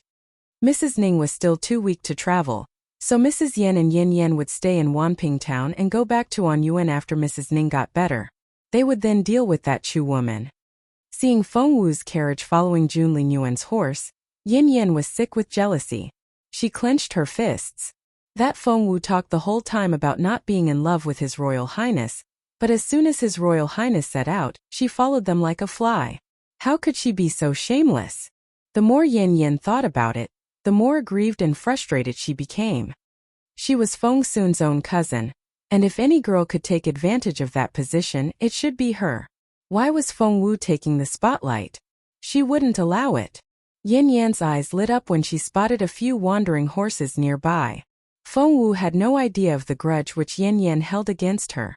Right now she was tucking her mother in. The frail beautiful lady had almost caught a cold from walking around on a damp, chilly night. She looked ghastly pale and Feng Wu was very concerned. The cub lay flat in the lady's arms, sound asleep and making no effort to hide its plump belly, which was quite an amusing sight. How wonderful, it was all peace and quiet. One of the reasons that Feng Wu tried her best to become stronger was that she wanted to be able to protect all those that she wanted to protect. She was hoping she could reach the spiritual grandmaster stage before they reached the Imperial capital. Feng Wu had been confident of reaching that goal. But that was before Feng Sun and the others showed up. Now she wasn't that confident anymore. Wait, Uncle Chiu. Feng Wu whispered something in Uncle Chiu's ear. Uncle Chiu then slowed the carriage down so that there was some distance between them and the Crown Prince's team. Only then did Feng Wu sigh with relief. Finally, she could cultivate again. If things wouldn't happen on their own, she would make them happen. Because for her now, time was of great importance. There was no time to waste. Feng Wu sat down with her legs crossed, closed her eyes and switched to cultivation mode right away. And that was one of Feng Wu's remarkable talents. For many people, the hardest part of cultivation was entering this state of meditation. Once that state was achieved, one could move on with cultivating. However, many people got stuck at that first step, and it usually took them a very long time to eliminate distracting thoughts from their minds. But that was not the case with Feng Wu. With a peaceful mind that could concentrate very easily, Feng Wu could clear her head almost instantly, which alone was a great advantage compared with a lot of people. As soon as she entered the state of meditation, Feng Wu turned her sight inward to inspect her own body. She had just leveled up the other day, so there wasn't much golden liquid in her dantian at the moment. It was a tenth full at most. She was a level 7 spiritual master now. If she wanted to reach the next level in a short period of time, she would have to fill her dantian with the golden liquid first before attempting to break through. Feng Wu sensed the rippling motion of the golden liquid in her dantian. She took a deep breath. Fire spiritual energy gradually gathered around Feng Wu. It twisted and turned in the air like little fairies. Chapter 261 Feng Tutu is a treasure? Chapter 261. Feng Tutu is a treasure. The fire spiritual energy seeped into Feng Wu's body either through surface capillaries, her nostrils or, however it entered her body, it wound up in her dantian in the end. Above the golden liquid in her dantian hovered the original force of the dantian, which rippled like water. Hence, the fire spiritual energy and original force clashed in her dantian. Water and fire were naturally incompatible, and each side tried to suppress the other. An intense conflict ensued. Boom! The fire and water collided, creating one drop of golden liquid after another. The golden liquid then dripped down. Plop! It was like filling a bucket with a tap that was barely turned on. Feng Wu could distinctly sense how the level of the golden liquid in her dantian gradually rose with each drop of golden liquid. When it reached the top, she could try to break through. Feng Wu closed her eyes and waited patiently. This accumulation process was lengthy and arduous. Many people would be stuck at the same level for years. Feng Wu's rate of progress was already like riding a rocket. If anyone else knew about this, they would find it unbelievable. Feng Wu's dantian filled by 20%, 30%, 40%. Even she herself didn't expect the liquid to accumulate this fast. However, she soon began to frown. She was running out of fire spiritual energy. It seemed that she would have to stop here. Feng Wu sighed. She would have to find a way to get some spirit stones for her cultivation. It would slow her down, but it was better than nothing. Just as Feng Wu was about to open her eyes, a streak of dense spiritual energy drifted out from between her arms. It was purer and denser than anything she had sensed before. It was much better than what she had absorbed from the air. Between her arms. There was no time to think about it. Wherever that spiritual energy had come from, the most important thing now was to absorb it and store it in her dantian. That spiritual energy was so much easier to refine. It was such a treasure. Feng Wu opened her eyes an hour later. Her dantian was 60% full. How is it so fast? Even Feng Wu found it unbelievable. She looked down at her arms. The last 1/5 of spiritual energy had come from here. Feng Tutu had snuggled up in her arms with its belly facing up. Its fluffy head was slanting to one side and it was sound asleep. Feng Wu rubbed the little head with a smile. The little thing spent its days eating, sleeping, and playing cute. Feng Wu was confident that it would turn into an expert in trickery one day. She wondered what sort of spiritual pet she would end up with after costing her so much valuable jade essence. Feng Wu sensed something unusual when her fingers touched the cub's head. She picked it up with both hands right away. The little guy looked exhausted. It didn't wake up when Feng Wu held it up. Feng Wu sensed that pure, dense spiritual energy that had yet to dissipate. Could it be? Was it? Seriously. Feng Wu brought the cub closer, and she could indeed faintly sense that spiritual energy. Her eyes widened. Chapter 262 Jackpot. Chapter 262 Jackpot. The little guy could supply her with spiritual energy, and the spiritual energy it offered was purer, denser, and more pristine. The palm-sized little cub could offer her so much spiritual energy. Just imagine what it could do when it got bigger. She had hit a giant jackpot. The more she thought about it, the more excited Feng Wu became. She held the cub up and kissed it hard on its head. Feng Tutu puckered up its little face but went on sleeping. Feng Wu chortled. With this endless supply of spiritual energy from Feng Tutu, her cultivation would be so much more efficient. Just then a familiar voice came from outside. Little Feng Wu, why are you giggling in there? You sound like a little mouse. It was Feng Sun.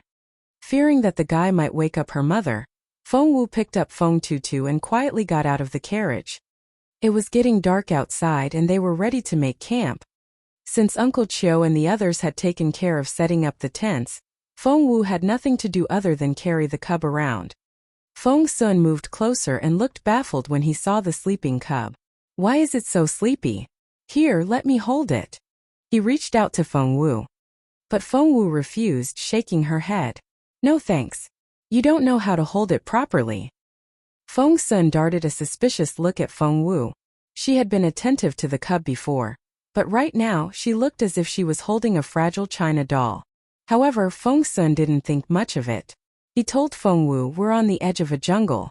Up ahead is a dense forest, and it won't be safe for your family there after dark. So we're making camp here tonight. Feng Wu nodded. That was quite thoughtful. Boss Jun is cultivating, Xuan Yi went hunting, and I'll go chop some firewood. Your people are either too weak or too wounded for those jobs, so just sit while we get things ready. Feng Sun waved at Feng Wu and left after that.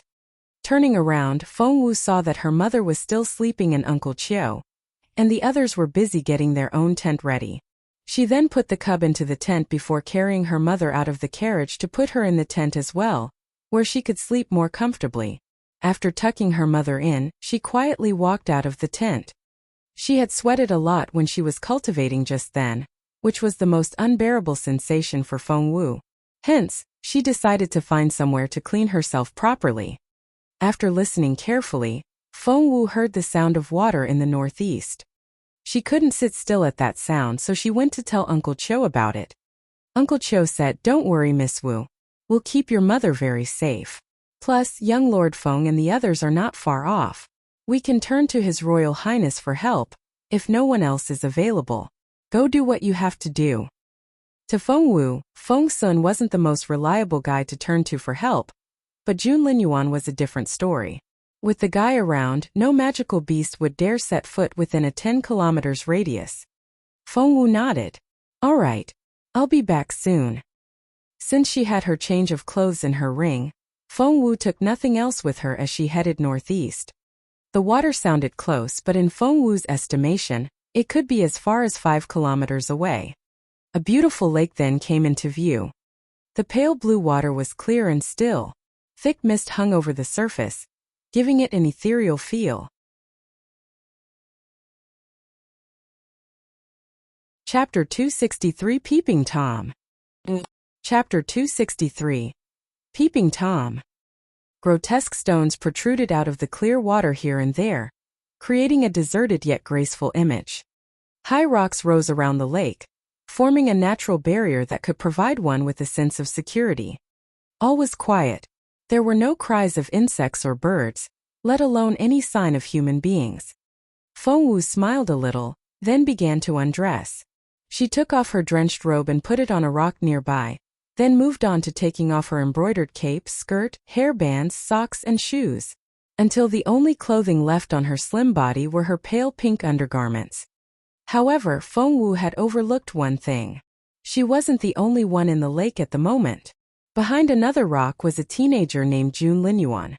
Because of Jun Linyuan's injury, Feng Sun had forbidden him from washing himself, which was something Jun Linyuan as a neat freak couldn't bear. After leaving his carriage, Jun Linyuan found the lake right away. He had gotten used to cultivating in the water lately. He had heard scuffling noises after he had just finished the first part of his cultivation. A grim look flickered in the Crown Prince's deep-set eyes. How dare this person intrude on his cultivation? Before he could react, the Crown Prince saw something that almost gave him a nosebleed. A teenage girl was taking off her clothes, facing his direction. Soon he saw her slender body and every bit of her fair skin. She had long, straight legs, a tiny waist, and small, firm breasts. She stood gracefully in the water with flesh of ice and bones of jade. Her beauty could obscure the moon and make flowers blush. Jun Linyuan's eyes widened when he saw her face. It was Feng Wu. Why was she here? Despite his usual calmness, the Crown Prince had gone completely stiff and was at a loss over what to do. His mouth fell open at this unexpected scene. But it didn't end there. Feng Wu still found what was left on her too much. Pulling loose the string of her undergarment, she took off the top part and tossed it into the lake. Jun Linyuan was astonished. Instinctively he looked away. Something seemed to have burst into flame in his chest. Closing his eyes, he stepped back, then back again. He only let out a breath of relief after he was behind that big rock again. However, he couldn't get that image of Feng Wu ripping the undergarment off of her body out of his head. The temperature in his cheeks was rising. His earlobes had turned light pink. Feng Wu had no idea that a Peeping Tom was close at hand. Wearing nothing but her underpants, she stood on top of a high rock, then somersaulted and dove into the water, as effortless as a fish. Thud! There was a faint plop and a tiny splash of water, which were almost undetectable. Feng Wu enjoyed herself greatly, swimming around in the lake. Scooping up some water with both hands, she let it shower down on her fair skin. Under the silver moonlight, she glistened, and the water on her skin reminded one of twinkling stars. Jun Linyuan's face had turned pink. He knew that he couldn't stay here any longer, or he had no idea what he would do. Just then faint footsteps came from somewhere nearby. Brother, Wanping Town wasn't destroyed? Are you sure about that? That was a familiar voice to Feng Wu. Feng Lu? Why was she here? Feng Wu then heard Feng Yiran's voice as well. Chapter 264 Jun Linyuan. Chapter 264 Jun Linyuan. Blood rushed to Jun Linyuan's head. His ears turned scarlet red as he mumbled, "See no evil," repeatedly to himself. He then realized something incredible. He had always had zero interest in naked women. However, he was having a hard time turning away from the girl's body now. What was happening to him? Brother, Wanping Town wasn't destroyed? Are you sure about that? That was a familiar voice to Feng Wu. Feng Lu? Why was she here? Feng Wu frowned and a displeased look flickered in her bright eyes. Feng Yiran and Feng Lu disappeared during the siege of Wanping Town, and Feng Wu figured out right away that the cowardly duo must have fled. Now that the crisis of Wanping Town had ended, those two people had decided to come back. Feng Wu had no intention of meeting the brother and sister like this. Frowning, she stored her clothes in her ring with a wave of her hand. After that, she dove into the water, propelled herself forward with a stroke of her long legs, and was behind that big rock in no time. Feng Wu decided to stay in the water until Feng Yiran and Feng Lu left. However, as soon as Feng Wu was behind that big rock, she froze on the spot. Her eyes opened so wide that her eyeballs were going to fall out. Jun Linyuan. Jun Linyuan. Jun Linyuan. Feng Wu felt like she had been struck by the biggest thunderbolt, and her head went completely blank. Jun Linyuan leaned over just as Feng Wu was about to scream. Before Feng Wu knew it, his lips were on hers. It happened so fast that Feng Wu's surprised cry was silenced completely. Feng Wu didn't know that her head could become even more blank, but apparently it just had. She heard Feng Lu and Feng Yiran talking nearby. Feng Lu said, "Brother, I say we go back to Wanping Town." Feng Yiran frowned. "It's not that simple. How are you going to explain our absence in the last few days after we go back?" But intel says that His Royal Highness and his entourage are right there in Wanping Town. Brother, aren't you trying to get friendly with His Royal Highness? Are you going to miss out on such a wonderful opportunity? Feng Yiran said, but... Brother, we both know that once His Royal Highness is back in the Imperial capital, it'll be virtually impossible for you to meet him again. You're halfway to your goal already. Are you really going to give up on it now? Feng Yiran replied, but what are we going to say if His Royal Highness asks where we were when Wanping Town was experiencing a crisis? Of course Feng Yiran wanted to go back. He knew perfectly well that once they were back in the rigidly stratified Imperial capital, His Royal Highness would be beyond his reach. Even the most ignorant person might have a good idea every now and then, and that was the case with Feng Lu at the moment. Clenching her fists, she said, we'll tell them that something came up and we were trapped in Death Valley. That's right. Brother will say that Feng Wu set us up and tried to get us killed there. But we managed to escape. Was Feng Yiran unable to come up with an idea like that? Of course not. However, he would make sure that he was never the person who drew the plan or designed the trap. All he ever did was give hints to others and use them as pawns, while maintaining a harmless and friendly image himself. Chapter 265. The abnormal flame is growing. Chapter 265. The abnormal flame is growing. Are you sure about that? Feng Yiran frowned. Why not? Feng Lu smirked. Do you think Feng Wu will say anything nice about us when she gets back home? She'll trash us in front of grandmother. The best defense is offense. She made us do it. While Feng Yiran and Feng Lu were discussing how to throw mud at Feng Wu, they had no idea that the person they were plotting against had heard everything they were saying a short distance away behind a rock. Feng Wu flared up at those words and she tried to jump out of the water. However, Jun Linyuan's strong left arm had wrapped around her waist.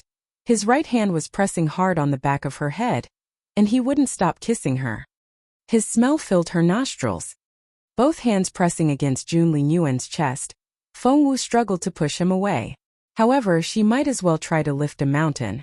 She was as petty as an ant compared with Jun Linyuan. To make matters worse, Little Phoenix was feeling thrilled in the ring. It flew around in circles and chattered in excitement. The little abnormal flame is growing. It's getting bigger. The bird had no idea what was going on outside. All it knew was that the tiny flame suddenly grew a little bigger, which was such exciting news. Feng Wu wanted to cry but no tears would come. When Feng Lu and Feng Yiran finally left, Feng Wu thought that Jun Linyuan would let go of her now.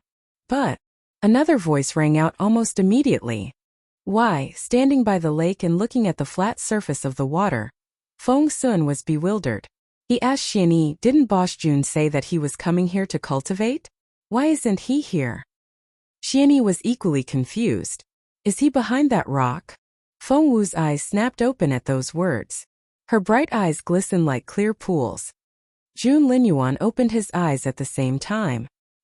He stared at Feng Wu unblinkingly with a fierce look in those brooding eyes. His eyes seemed to spit fire that could burn her to ashes. It was as if streaks of lightning were emanating from his pupils. Wherever he looked, Feng Wu felt her skin tickle at his gaze. She was heating up. Feng Wu could barely breathe under his intense gaze. Her mind went blank for a moment and her heart beat so fast that it almost jumped out of her mouth. However, Feng Sun's voice rang out when their gazes were still locked, and the guy was coming toward this rock with Xuan Yi. Feng Wu was exasperated. Feng Sun, out of all people. The guy had already decided that she was throwing herself at Jun Linyuan. If he saw this, she would never be able to clear her name again. Seeing that Jun Linyuan was going to step out from behind the rock. Terrified, Feng Wu exerted all her strength, yanked Jun Linyuan downward, and dragged him to the bottom of the lake with her. Caught off guard, Jun Linyuan sank into the lake with Feng Wu. Feng Sun and Xuan Yi stood on the narrow lip of the rock and looked around. Both were disappointed when they saw nothing but the quiet water. Reluctant to give up, Feng Sun shouted, "Boss Jun? Boss Jun?" He got no reply. Disappointed, Feng Sun said, "Boss Jun really isn't here then. He wouldn't hide from us." Xuan Yi said nothing. At the bottom of the lake, Feng Wu and Jun Linyuan eyed each other in embarrassment.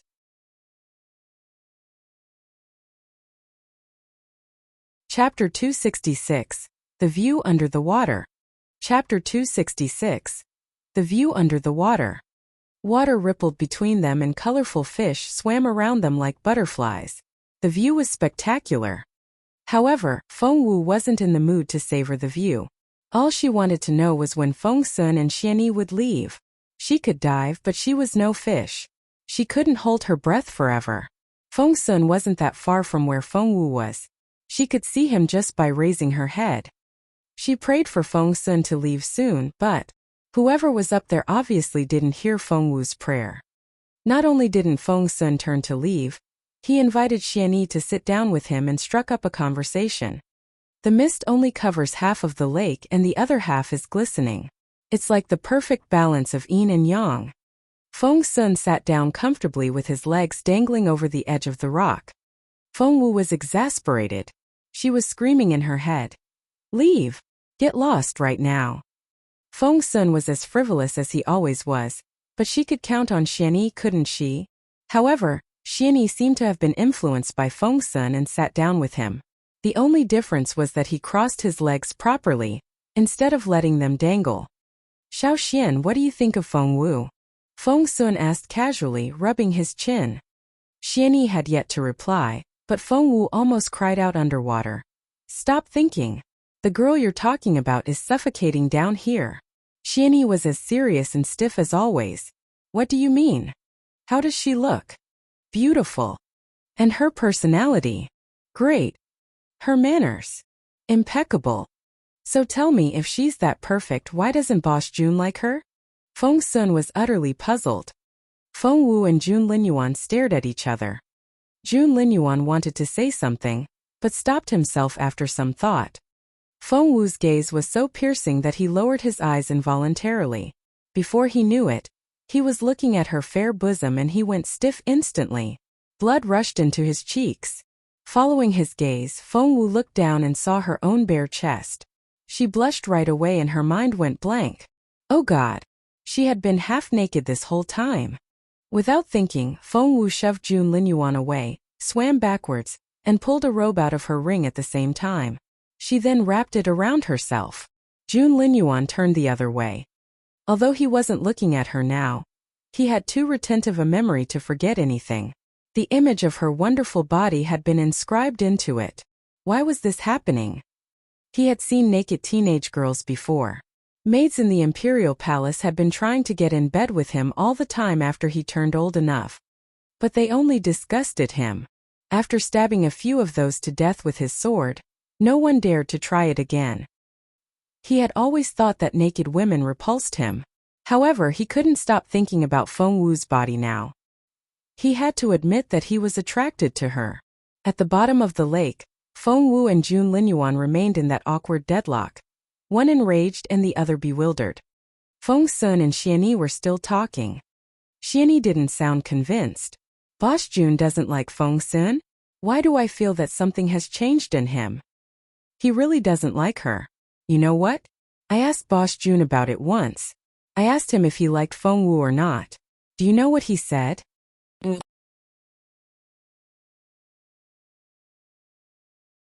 Chapter 267 Angry Young Lion. Chapter 267 Angry Young Lion. What did he say? Boss Jun said. Are you blind? Xuan Yi rubbed his chin in confusion. Boss Jun said that himself. Yes, every word of it. Feng Sun replied decisively. Feng Wu stared at Jun Linyuan coldly, her sharp gaze almost piercing Jun Linyuan like a dagger. Blind? One had to be blind to like her? Was she that unworthy? Anger filled Feng Wu's chest and she bit her lower lip so hard that it almost bled. She was fine with not liking Jun Linyuan, but as a proud girl, what Jun Linyuan said was humiliating. The crown prince straightened his back. He was a nobleman and he would take responsibility for what he said. However, when Feng Wu swam up to him and glared at him with her glistening eyes, Jun Linyuan somehow felt diffident and couldn't help but look away. Fury gave Feng Wu a lot more courage than she usually had. Despite her usual reverence for Jun Linyuan, Feng Wu grabbed his arms and glowered at him. Jun Linyuan kept evading her gaze and clenched his fists. Feng Sun was now on his blacklist. However, poor Feng Sun had no idea of all this.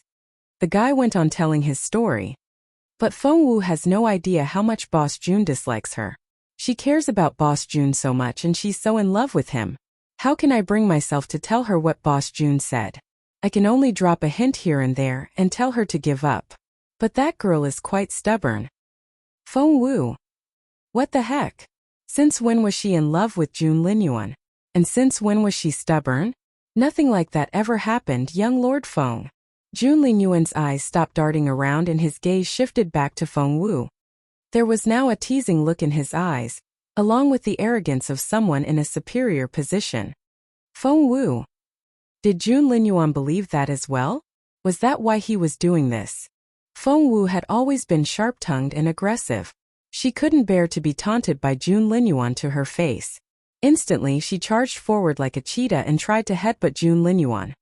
Why was Feng Wu doing something so reckless? She didn't know the reason herself. All she knew was that she was very angry, and that she couldn't talk underwater. Those driven mad by humiliation had no rationality to speak about. Feng Wu charged at Jun Linyuan like a young lion. She spared no effort. Jun Linyuan dodged instinctively and Feng Wu dashed past him. She was going to run into that big rock, which Feng Sun and Xuan Yi were sitting on head-on. Even if bumping into it wouldn't make much sound, Feng Wu's head would crack open at the impact. Jun Linyuan looked anxious. Grabbing Feng Wu's left leg with his right arm, he yanked hastily. Bang! Feng Wu's head knocked into Jun Linyuan's chest with a faint thud. Jun Linyuan grunted. After summoning the storm on the mountain outside Wanping town, Jun Linyuan had exhausted his spiritual essence. His defense ability was as frail as glass at the moment, and the impact almost fractured his ribs. Wait, did you hear that? Xuan Yi frowned.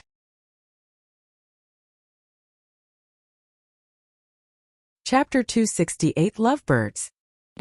Chapter 268 Lovebirds. Feng Sun was enjoying telling his story and he rolled his eyes at Xuan Yi. Hear what? Are you even listening to me? But I really heard something in the water just then, Xuan Yi said suspiciously. You heard something in the water? Big surprise, Feng Sun snapped. There are fish, shrimps, crabs, all kinds of things live in the lake and they must make some noise at some point. What's that look on your face? Do you think that some lovebirds are doing it down there? Of course not. We've been here for quite a while. Anyone down there would have drowned by now. Xuan Yi waved his hand hastily. Feng Sun nodded. Right, that's exactly what I mean. Lovebirds, lovebirds, lovebirds. Feng Wu was already furious and hearing Feng Sun's words, her face went scarlet red and she felt like fainting. She had only been trying to take a bath here. How had things ended up like this? Was she drawn to disaster or what? Feng Wu really wanted to cry now and she was going to vent all her rage on Jun Linyuan. Anger filled Jun Linyuan's black eyes when he heard Feng Sun and Xuan Yi's conversation. His muscles tensed up and he went as stiff as a piece of iron. Feng Sun, you're so dead. Jun Linyuan's train of thought was interrupted by Feng Wu, who had bitten down on his chest like an angry young lion. It's all your fault. All your fault. None of this would have happened if it wasn't for you. Feng Wu bit down with all her strength. Jun Linyuan grunted. It was really painful. Jun Linyuan didn't have a rule of not hitting women. If it was anyone else doing this to him, they would have long been beaten to a pulp by now. However, this girl, Jun Linyuan found that he couldn't bring himself to do it. Looking down at the top of Feng Wu's head, he was lost in thought. Feng Sun and Xuan Yi had no idea what was going on at the bottom of the lake. The two guys were still chatting away. I don't understand. Xiao Wu is so perfect. Why won't Boss Jun like her? Sigh, poor girl. Xuan Yi said nothing. Feng Sun then asked Xian II, would you like Xiao Wu if you were him? Xuan Yi coughed into his right hand. Feng Sun didn't notice how uneasy Xuan Yi looked. Looking up at the sky, Feng Sun buried himself in his reverie. Xian II, do you think I should have a go with little Feng Wu? Cough, cough. Still biting Jun Linyuan's chest, Feng Wu choked on water and she coughed until she almost passed out. Damn that Feng Sun. Was he forcing her to come out? Stop calling Feng Sun harmless. That guy was such a schemer. However, there was no way Feng Wu was going to show herself now, let alone show up with Jun Linyuan. If they went up to the surface together, they would become the Lovebirds Feng Sun had just talked about. Feng Wu wished she could pass out right now. Staring at Feng Wu, Jun Linyuan's hands reached out and he tried to drag Feng Wu out of the water. No way. She would rather die from coughing than from embarrassment. However, Jun Linyuan wasn't going to let that happen. Grabbing her by her collar, he pulled her upward. Luckily, she had been coughing underwater, or Feng Sun would have heard it right away. The lake was very clear. It was all thanks to a big indent under the rock that Feng Wu and Jun Linyuan were hidden and weren't spotted right away.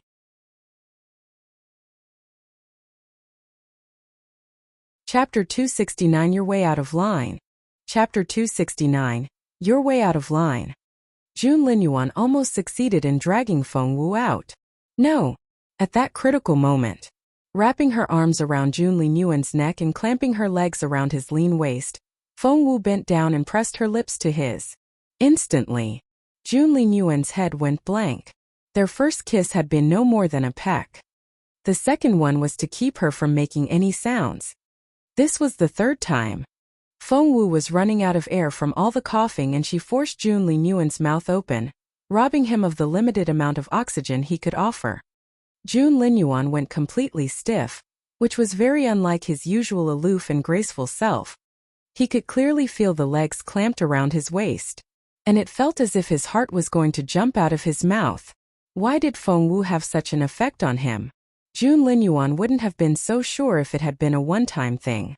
However, every time it happened after that, he reacted more strongly, which was proof enough that Feng Wu was somehow different. However, Jun Linyuan was overwhelmed by an emotion that he couldn't explain himself. They had no idea when Feng Sun and Xuan Yi left.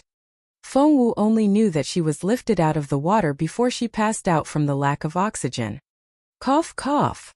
Feng Wu coughed so hard that she thought her lungs were going to fall out of her mouth, but she still mustered all her strength and punched Jun Linyuan in the chest. Why did you pull me out? Why?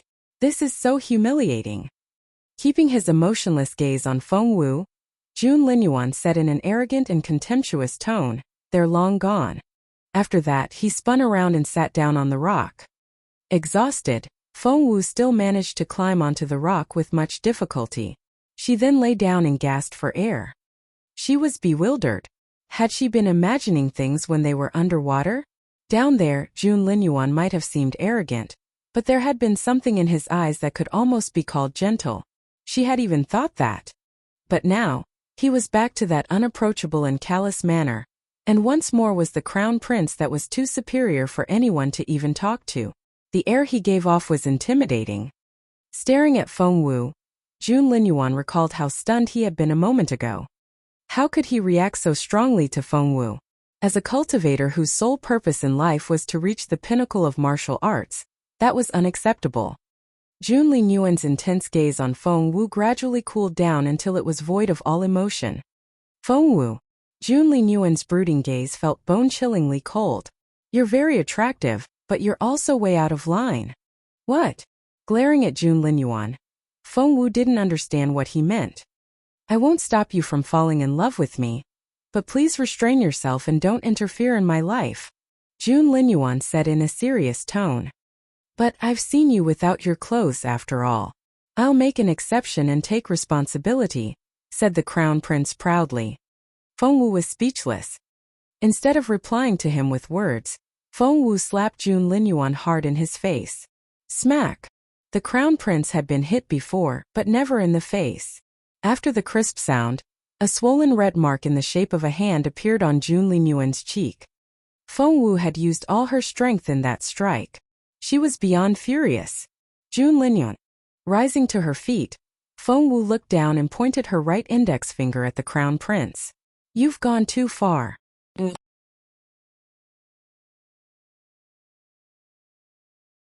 Chapter 270 Jun Linyuan the Unreasonable. Chapter 270 Jun Linyuan the Unreasonable. Do you think you own this world or something? You think all women are just lining up to fall in love with you, don't you? I wasn't in love with you before, I'm not now, and I won't ever be. Jun Linyuan stood dazed on the spot, too shocked to give a response. He had been slapped. He had been slapped in the face. Moreover, he had said he was willing to take responsibility for what had happened, so why was this girl still roaring like a little lion? Shouldn't she be giggling and all shy now? The sages were so right. Women and children were unfathomable. The crown prince was angry as well. Just think about it. Casting a stern look at Feng Wu, Jun Linyuan turned to leave. Think my ass. Feng Wu yelled furiously. Darkness had fallen. The mountain trails were tortuous and were even more so after sunset. Feng Wu dashed into the mountains still pissed, and soon ran into a few silver horn boars. The boars were starving and were elated to find a human girl on her own. They charged at her roaring. For silver horn boars running at full speed was quite a terrifying scene. Feng Wu urgently needed to vent her anger at the moment. The hell with, I won't stop you from falling in love with me. The hell with restrain yourself. The hell with don't interfere in my life. And the hell with take responsibility. Hahahaha. Of all the people Feng Wu had ever met, he was the biggest narcissist of all. How irritating was that? Feng Wu struck out at lightning speed. She didn't use a sword, for it wouldn't be cathartic enough. Feng Wu just used her fists. Rumble. She struck out one punch after another. Her small fists seemed to have endless strength in them. Each punch landed in an eye socket. Rumble. Crumble. There were 4 boars to begin with, but more were attracted by the noise, and in the end over 100 boars showed up. On a normal day, Feng Wu wouldn't have bothered to hang around and would have promptly retreated. This was because these silver horn boars were anything but weak. She couldn't guarantee that she would be able to safely get away from so many of them. However, driven by rage, Feng Wu could no longer think straight. Rumble. The only thing she could think of now was to attack. She saw Jun Linyuan's face in every boar. She was killing a boar with each punch, which felt rather satisfying. More boars kept coming and there were hundreds of them now. However, people were intimidated by unreasonably violent people, and so were boars. Feng Wu's ferocious strikes were an utterly shocking sight for these silver horn boars. They could take Feng Wu out by charging at her all at once, but they were already terrified by Feng Wu's frantic attack without care for her own safety. They turned to flee, scattering like scared birds. And they spread the news among themselves. Crazy woman back there. Be aware of the crazy woman. So scary. Run. Feng Wu had no idea what kind of impact she had made on the boars, and she carried out the bloody massacre with bloodshot eyes. When that red mist in front of her eyes finally disappeared and she was able to calm down, everywhere she turned she saw dead silver horn boars. Their bodies were scattered all over the mountain, and every single one of them had been killed with just one strike in the head. Their brains were all over the ground. Their eyes were wide open. They looked miserable. Once she was back to normal, Feng Wu looked at this in disbelief. She looked from her hands to the dead boars. A few boars had yet to leave. Their eyes met Feng Wu's and instantly.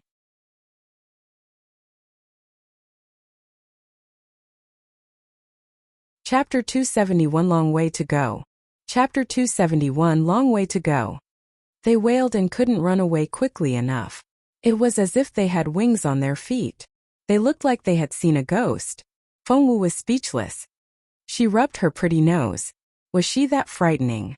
All of a sudden, she felt a hot sensation in her abdomen, which was where her dantian was. Could it be? Feng Wu found this pleasant surprise incredible. She found a secluded corner where she closed her eyes, entered the state of meditation, and looked inwardly at her dantian. OMG! Feng Wu was shocked herself.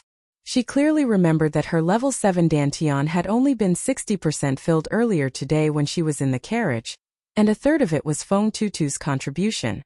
But now, the golden liquid in her dantian was spilling out. She was ready to advance to the next level. Actually, she had more than enough golden liquid to make herself a level 8 spiritual master. What was going on? What happened? All she did was kill a few hundred silver horn boars. What Feng Wu didn't know was that when she massacred the boars, she had entered an extreme mental state that most cultivators would never experience in their lifetimes. This state was only accessible when one reached the extremes of an emotion. It could be joy, rage, sorrow, or happiness. Only when one reached the threshold would they have a chance of entering this state. Once they did, they would enjoy great benefits. There was no time to think. Feng Wu closed her eyes and began to cultivate. Guiding the overflowing golden liquid, Feng Wu turned it into a tiny golden dragon and let it travel through her meridians. The dragon split into two at her heart. One streak traveled all the way up until it reached the divine blood of the phoenix situated between her eyebrows. The other streak traveled down, from the Byuk acupoint to the Guanmen and then Tai. After reaching Sanyinjiu, it turned up at the calves and headed for that divine blood of the phoenix between her eyebrows. The divine blood of the phoenix and Datian cooperated with each other. The dragon emerged from her dantian and ended its journey at the divine blood. Once the journey was completed and the golden liquid was absorbed by her body, rumble, Feng Wu heard the fluctuation of spiritual essence inside her. She had reached level 8. She was a level 8 spiritual master now. Feng Wu was elated. She never expected to be able to level up again, after having reached level 7 just that morning. Even when she had still been known as the genius girl, she had never made such fast progress. After activating the divine blood of the phoenix her master had given her and resuming her cultivation, Feng Wu had started from scratch and made her way up to a level 8 spiritual master in under a month. Such speed was unmatched in the whole of the Junwu Empire. Feng Wu took a deep breath. Blessings and curses did come in pairs. Quarreling with Jun Linyuan had helped her with her cultivation progress, so it hadn't been completely awful after all. However, blue veins popped on Feng Wu's forehead again as soon as she recalled what he had said. Jun Linyuan. Humph. Ignoring the dead boars, Feng Wu rose to her feet and headed back to the campsite. Little Feng Wu. Feng Sun pranced toward her as soon as Feng Wu set foot in the camp.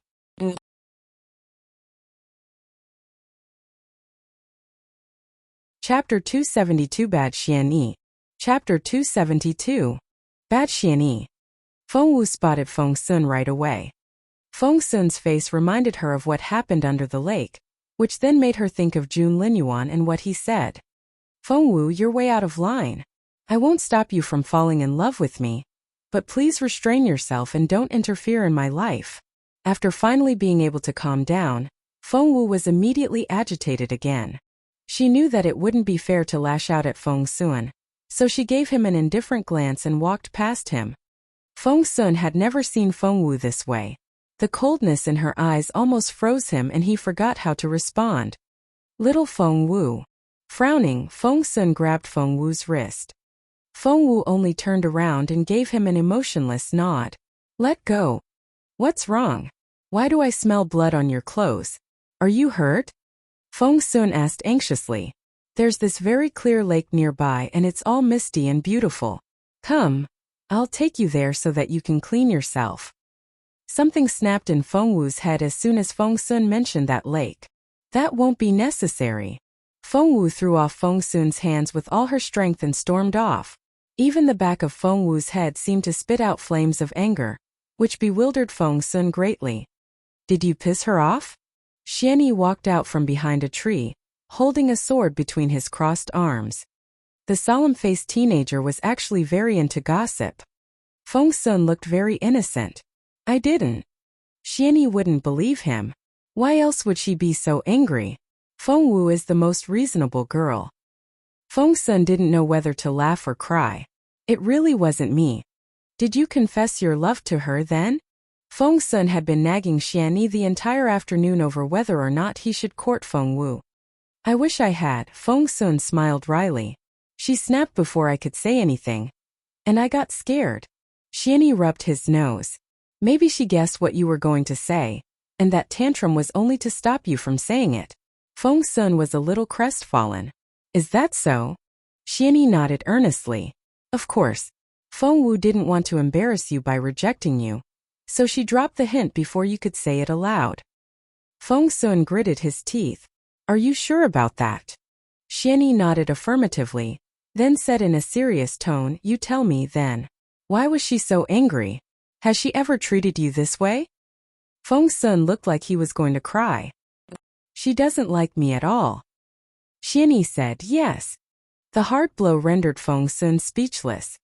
Feng Wu heard the quarreling voices inside her own tent before she entered. Feng Lu smirked. Qiuling, I'm your superior and you're only a servant. You're going to do as you're told this instant. We're taking this tent. Crossing his hands behind him, Feng Yiran remained silent. Qiuling was shaking with anger as she shielded Granny Zhao and the lady behind her. Staring at Feng Lu, who had a smirk on her face, Qiuling said, Miss Lu, young Lord Feng gave us this tent and we set it up ourselves. We also prepared all these sleeping bags and brought them all the way here from northern border city. Your request to take them all is just impossible. Impossible? A servant must do as the master asks. You're a slave of the Feng clan and in no position to say no. How dare you? Feng Lu lashed Qiuling with her whip.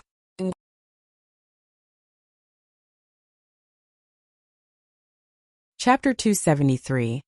How can you defeat me? Chapter 273. How can you defeat me?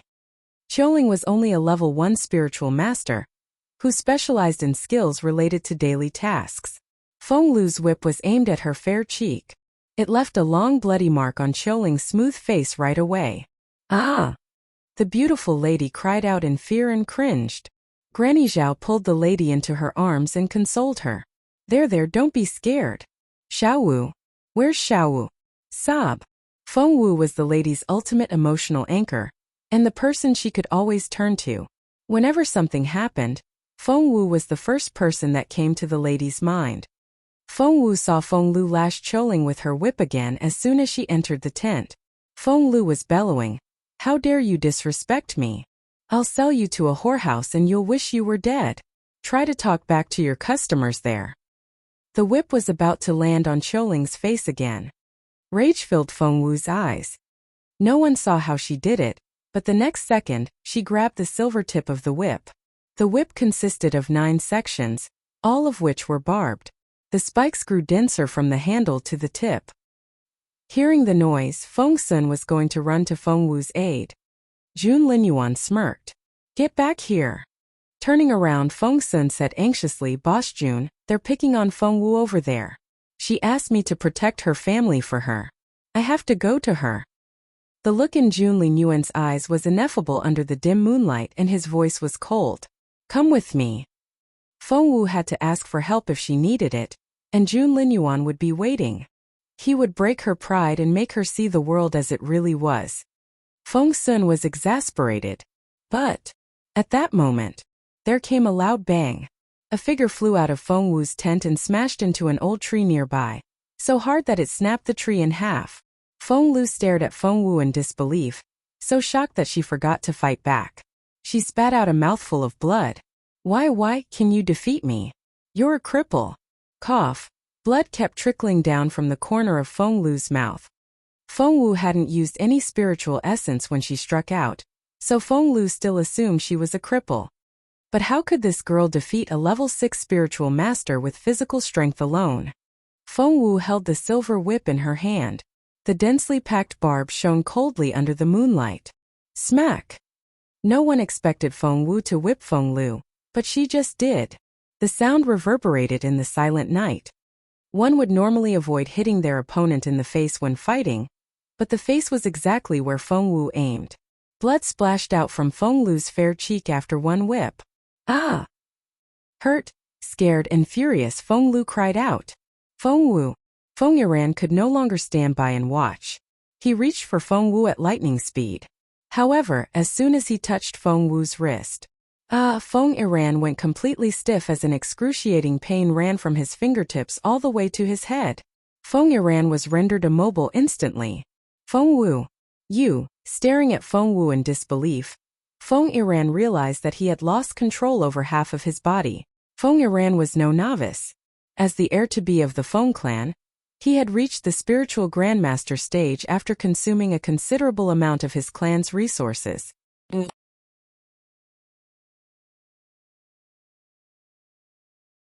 Chapter 274 The Wrath of Feng Wu. Chapter 274. The Wrath of Feng Wu. But he was unable to take Feng Wu down. What happened was that he had felt a burning sensation on his fingertips as soon as he touched Feng Wu's wrist. It was obvious that she had put some potent poison there. Looking at Feng Wu's wrist, Feng Yiran saw that it had swollen up and was quite a dreadful sight. However, it didn't seem to affect Feng Wu's movements at all, and the silver-white whip whooshed through the air. Smack! Another merciless strike landed on Feng Lu's cheek. That first one was on your left cheek and this time I chose the right. Now it's well balanced. Feng Wu snorted. But do you think I'll cut you loose just like that after what you did to Choling? In your dreams. After that, Feng Wu rolled up her sleeves and lashed Feng Lu relentlessly with the silver whip. Crack! Crack! Crack! The crisp sound of the whip resonated in the air. Feng Wu spared no effort in her strikes. She didn't use any of her spiritual essence, for it wasn't time for her to show that card yet. Hence, she was only using physical strength. A level 8 spiritual master might not be strong enough physically, but Feng Wu's body had been enhanced by the divine blood of the phoenix and her strength was incredible. Feng Lu shrieked in pain at each lash and tears rolled down her cheeks as she howled. Feng Sun and Jun Linyuan exchanged looks. Feng Sun had been about to rush to Feng Wu's aid, but saw that he didn't need to, for Feng Wu had gained the upper hand. The proud crown prince, on the other hand, was waiting for Feng Wu to beg for his help, so naturally he wasn't going to step in. However, neither of them had expected Feng Wu to easily overpower Feng Lu, who was a level 6 spiritual master. She had even given Feng Yiran, a spiritual grandmaster, a hard time. Jun Linyuan stared at Feng Wu's swollen right wrist with an indecipherable look in his eyes. One couldn't pinpoint exactly what it was, but it certainly contained a degree of anger. Feng Lu rolled around on the ground in pain as she wailed and cried. Feng Yiran glared at Feng Wu. Stop! Stop it! However, he only yelled, but didn't try to stop Feng Wu physically. For he couldn't feel one side of his body. Looking down, he saw that one of his arms had turned a grayish-blue in color, which was terrifying to watch. Feng Wu only stopped after 20 lashes, and by then, Feng Lu had almost passed out. She threw the whip onto Feng Lu's face with a smirk. Next time I catch you bullying my family, I'll beat you 10 times for every finger you lay on them. Mark my words. The silver whip hit Feng Lu on her nose and blood oozed out from her nostrils right away, which looked rather terrifying. Frightened, Feng Lu forgot to cry. Everyone else was also shocked by Feng Wu's deeds and none of them spoke for a long time. Uncle Chiu and Granny Zhao exchanged looks of pleasant surprise. Their proud, unrestrained Miss Wu was back. That was great. Tears of excitement welled up in their eyes. With Miss Wu getting her ability back, they, the second branch of the Feng clan, would no longer have to fear anyone in the clan. Feng Sun was equally stunned. He had always thought of Feng Wu as this frail, helpless girl, but as it turned out, she was ruthless when she wanted to be. The whipping even creeped him out and he said a silent prayer for Feng Lu. Xiao Wu sobbed. The beautiful lady took Feng Wu's hand and gave it a tug. Feng Wu's expression, which had been as intimidating as a fiend's a moment ago, softened right away, and she gave her mother a warm smile. Mom, don't be afraid. I'm here for you. Yes. The lady trusted Feng Wu completely and relied on the latter like a fragile vine on a tree.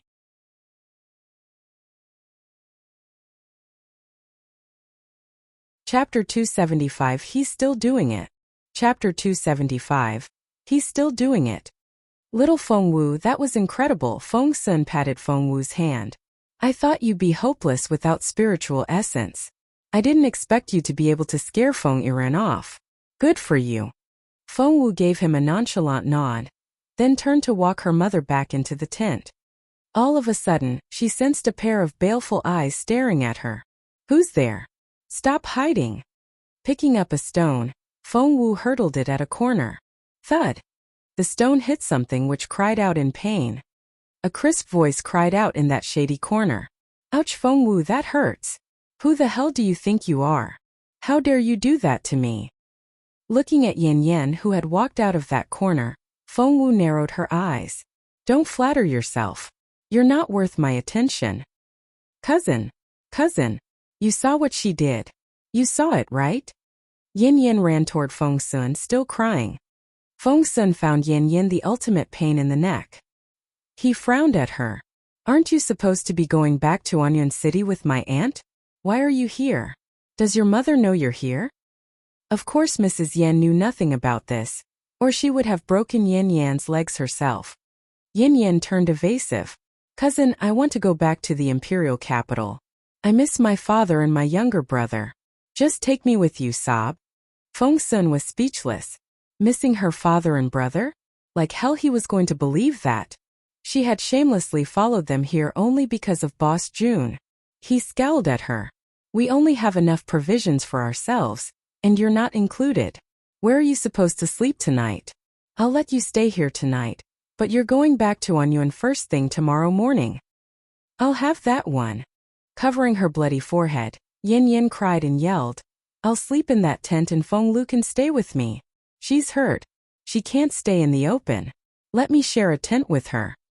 Feng Sun snapped, no you can't. That's Feng Wu's tent. Feng Wu had beaten Feng Lu up because the latter had tried to take her tent. I want that one. Cousin please. Didn't you bring all the tents yourselves? Just let me have that one, won't you? No. Feng Sun turned her down outright. Feng Sun had every reason to believe that if Yan Yan dared to take the tent by force, Feng Wu wouldn't think twice before beating her to a pulp. Little Wu was in a very foul mood at the moment. He was terrified of Feng Wu now, but he wouldn't ask Feng Wu for the tent even if he wasn't afraid of her. To him, Feng Wu was much more adorable than his stupid cousin. Without thinking, Yan Yan summoned up her courage and ran up to Jun Linyuan. Biting her lower lip, she whined, Your Royal Highness, could you please have Feng Wu give us her tent? You can see how badly wounded Feng Lu is. I feel so sorry for her. Wasn't the Crown Prince supposed to abhor Feng Wu? Given the choice, he would definitely give the tent to her instead of Feng Wu, right? Feng Wu stared at Jun Linyuan coldly with eyes that could spit fire.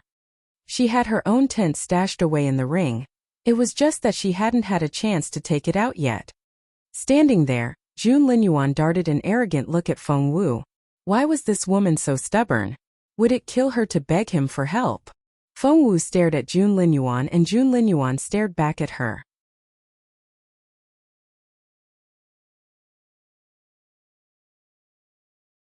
Chapter 276. I don't want it. Chapter 276. I don't want it. Their eyes met and it felt as if streaks of lightning were crackling in the air, sending sparks flying. The two of them looked like they were ready to cut each other's throats.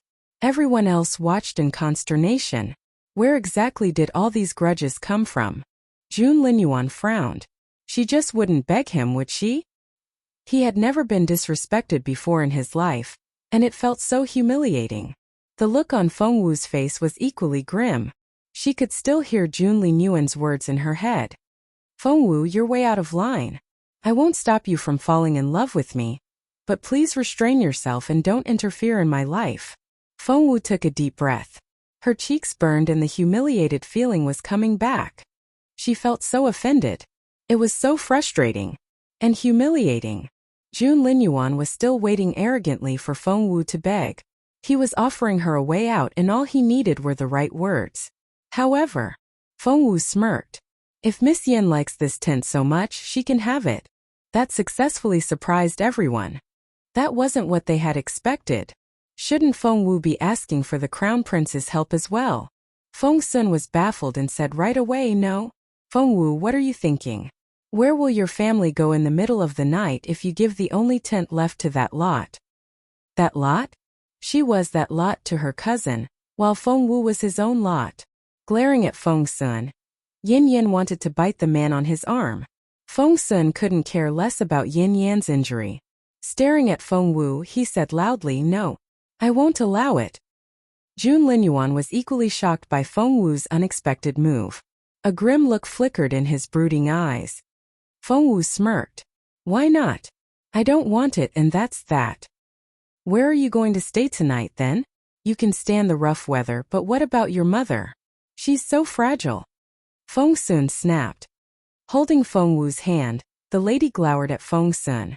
She didn't utter a word, but the look on her face said enough. She would go wherever Feng Wu went. Taking her mother's slender hand, Feng Wu smiled. We're leaving now and we'll travel through the night. She then turned around and gave Uncle Cho a look. Feng Wu's family might not be the most competent when it came to fighting, but they were the most united lot. Uncle Cho nodded immediately. Miss Wu, everything is ready. We can leave at any moment. Feng Wu nodded. We're leaving now. Feng Wu helped her mother into the carriage without saying another word to the others. Jun Linyuan stood there dazed. His cold gaze seemed to bore into Feng Wu's back like sharp blades. Exactly how proud could this girl get? She was willing to risk the danger of traveling at night rather than yield to him. Feng Sun rubbed his hands together anxiously. We have to stop them. They're all crippled, weak, injured, or sick, and they're going deep into the forest in the middle of the night. Has Feng Wu lost her mind? Yin Yan was thrilled to see Feng Wu leave. She knew it. The crown prince didn't like Feng Wu at all. She mumbled in a feigned casual voice. She left voluntarily. It's not like we chased her away. We're not to be blamed even if something happens to them. Feng Sun threw a dirty look at Yin Yan. His glare was bone-chillingly cold. Yin Yan felt as if her heart was being gripped by a giant hand and she was utterly flustered.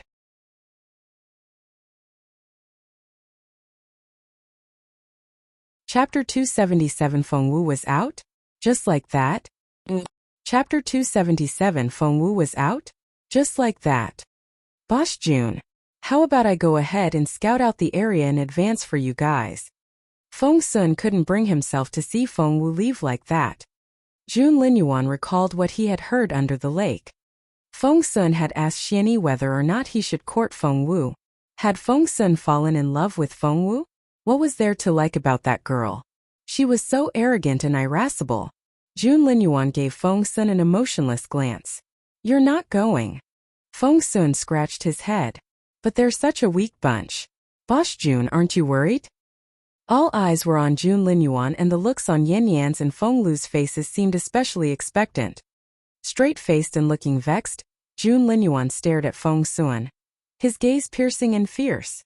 Gosh, what sort of lousy question was that? Feng Sun thought himself silly. I'm expecting Boss Jun to have the same emotions as normal human beings, and that's just impossible. You wouldn't have forced them to leave if you were worried about them. Forced them to leave? Jun Linyuan was displeased. That arrogant girl left on her own. He forced no one. He went back to his own tent looking very grumpy. Feng Sun and Xuan Yi exchanged looks and both sighed. They knew Boss Jun too well. Once the guy had made up his mind, he wouldn't change it for anything. Feng Sun and Xuan Yi went back to their tent, crestfallen, and sat there in silence. Meanwhile, Yin Yan and Feng Lu exchanged looks in excitement. Feng Wu is out? Just like that? That was much easier than I thought. Feng Lu couldn't control the excitement in her voice. Yin Yan smirked. She made it look as if she was so close to my cousin, and she fooled me. If that really was the case, could we have taken this tent so easily? The fact that we're in the tent now is proof enough that Feng Wu means nothing to them. Feng Lu's eyes were filled with hatred. I hope they all get eaten up by magical beasts in the forest. It was deep into the night and all was quiet. Some were cultivating, some were sound asleep, and some were suffering from pain. Feng Lu was covered in bloody cuts and bruises after the whipping, and even the slightest move would make her suck in her breath in pain. Her temperature began to rise and she became delirious. Yin Yan went to fetch Feng Yiran in a hurry. Feng Yiran wasn't in much better shape himself. His right hand had yet to recover from Feng Wu's poison and it was still numb and swollen.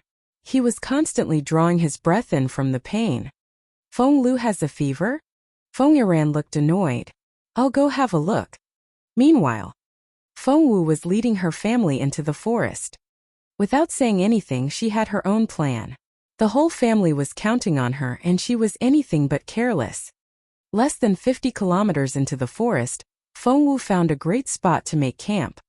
It was a smooth slope which faced away from the wind and was also unlikely to be attacked by magical beasts.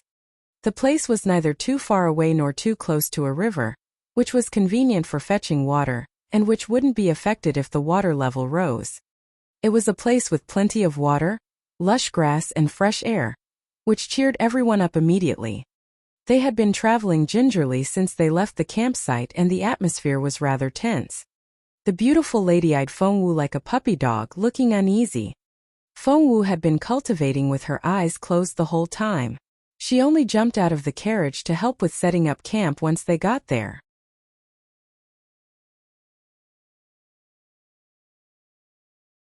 Chapter 278 The Superb Miss Wu. Chapter 278 The Superb Miss Wu.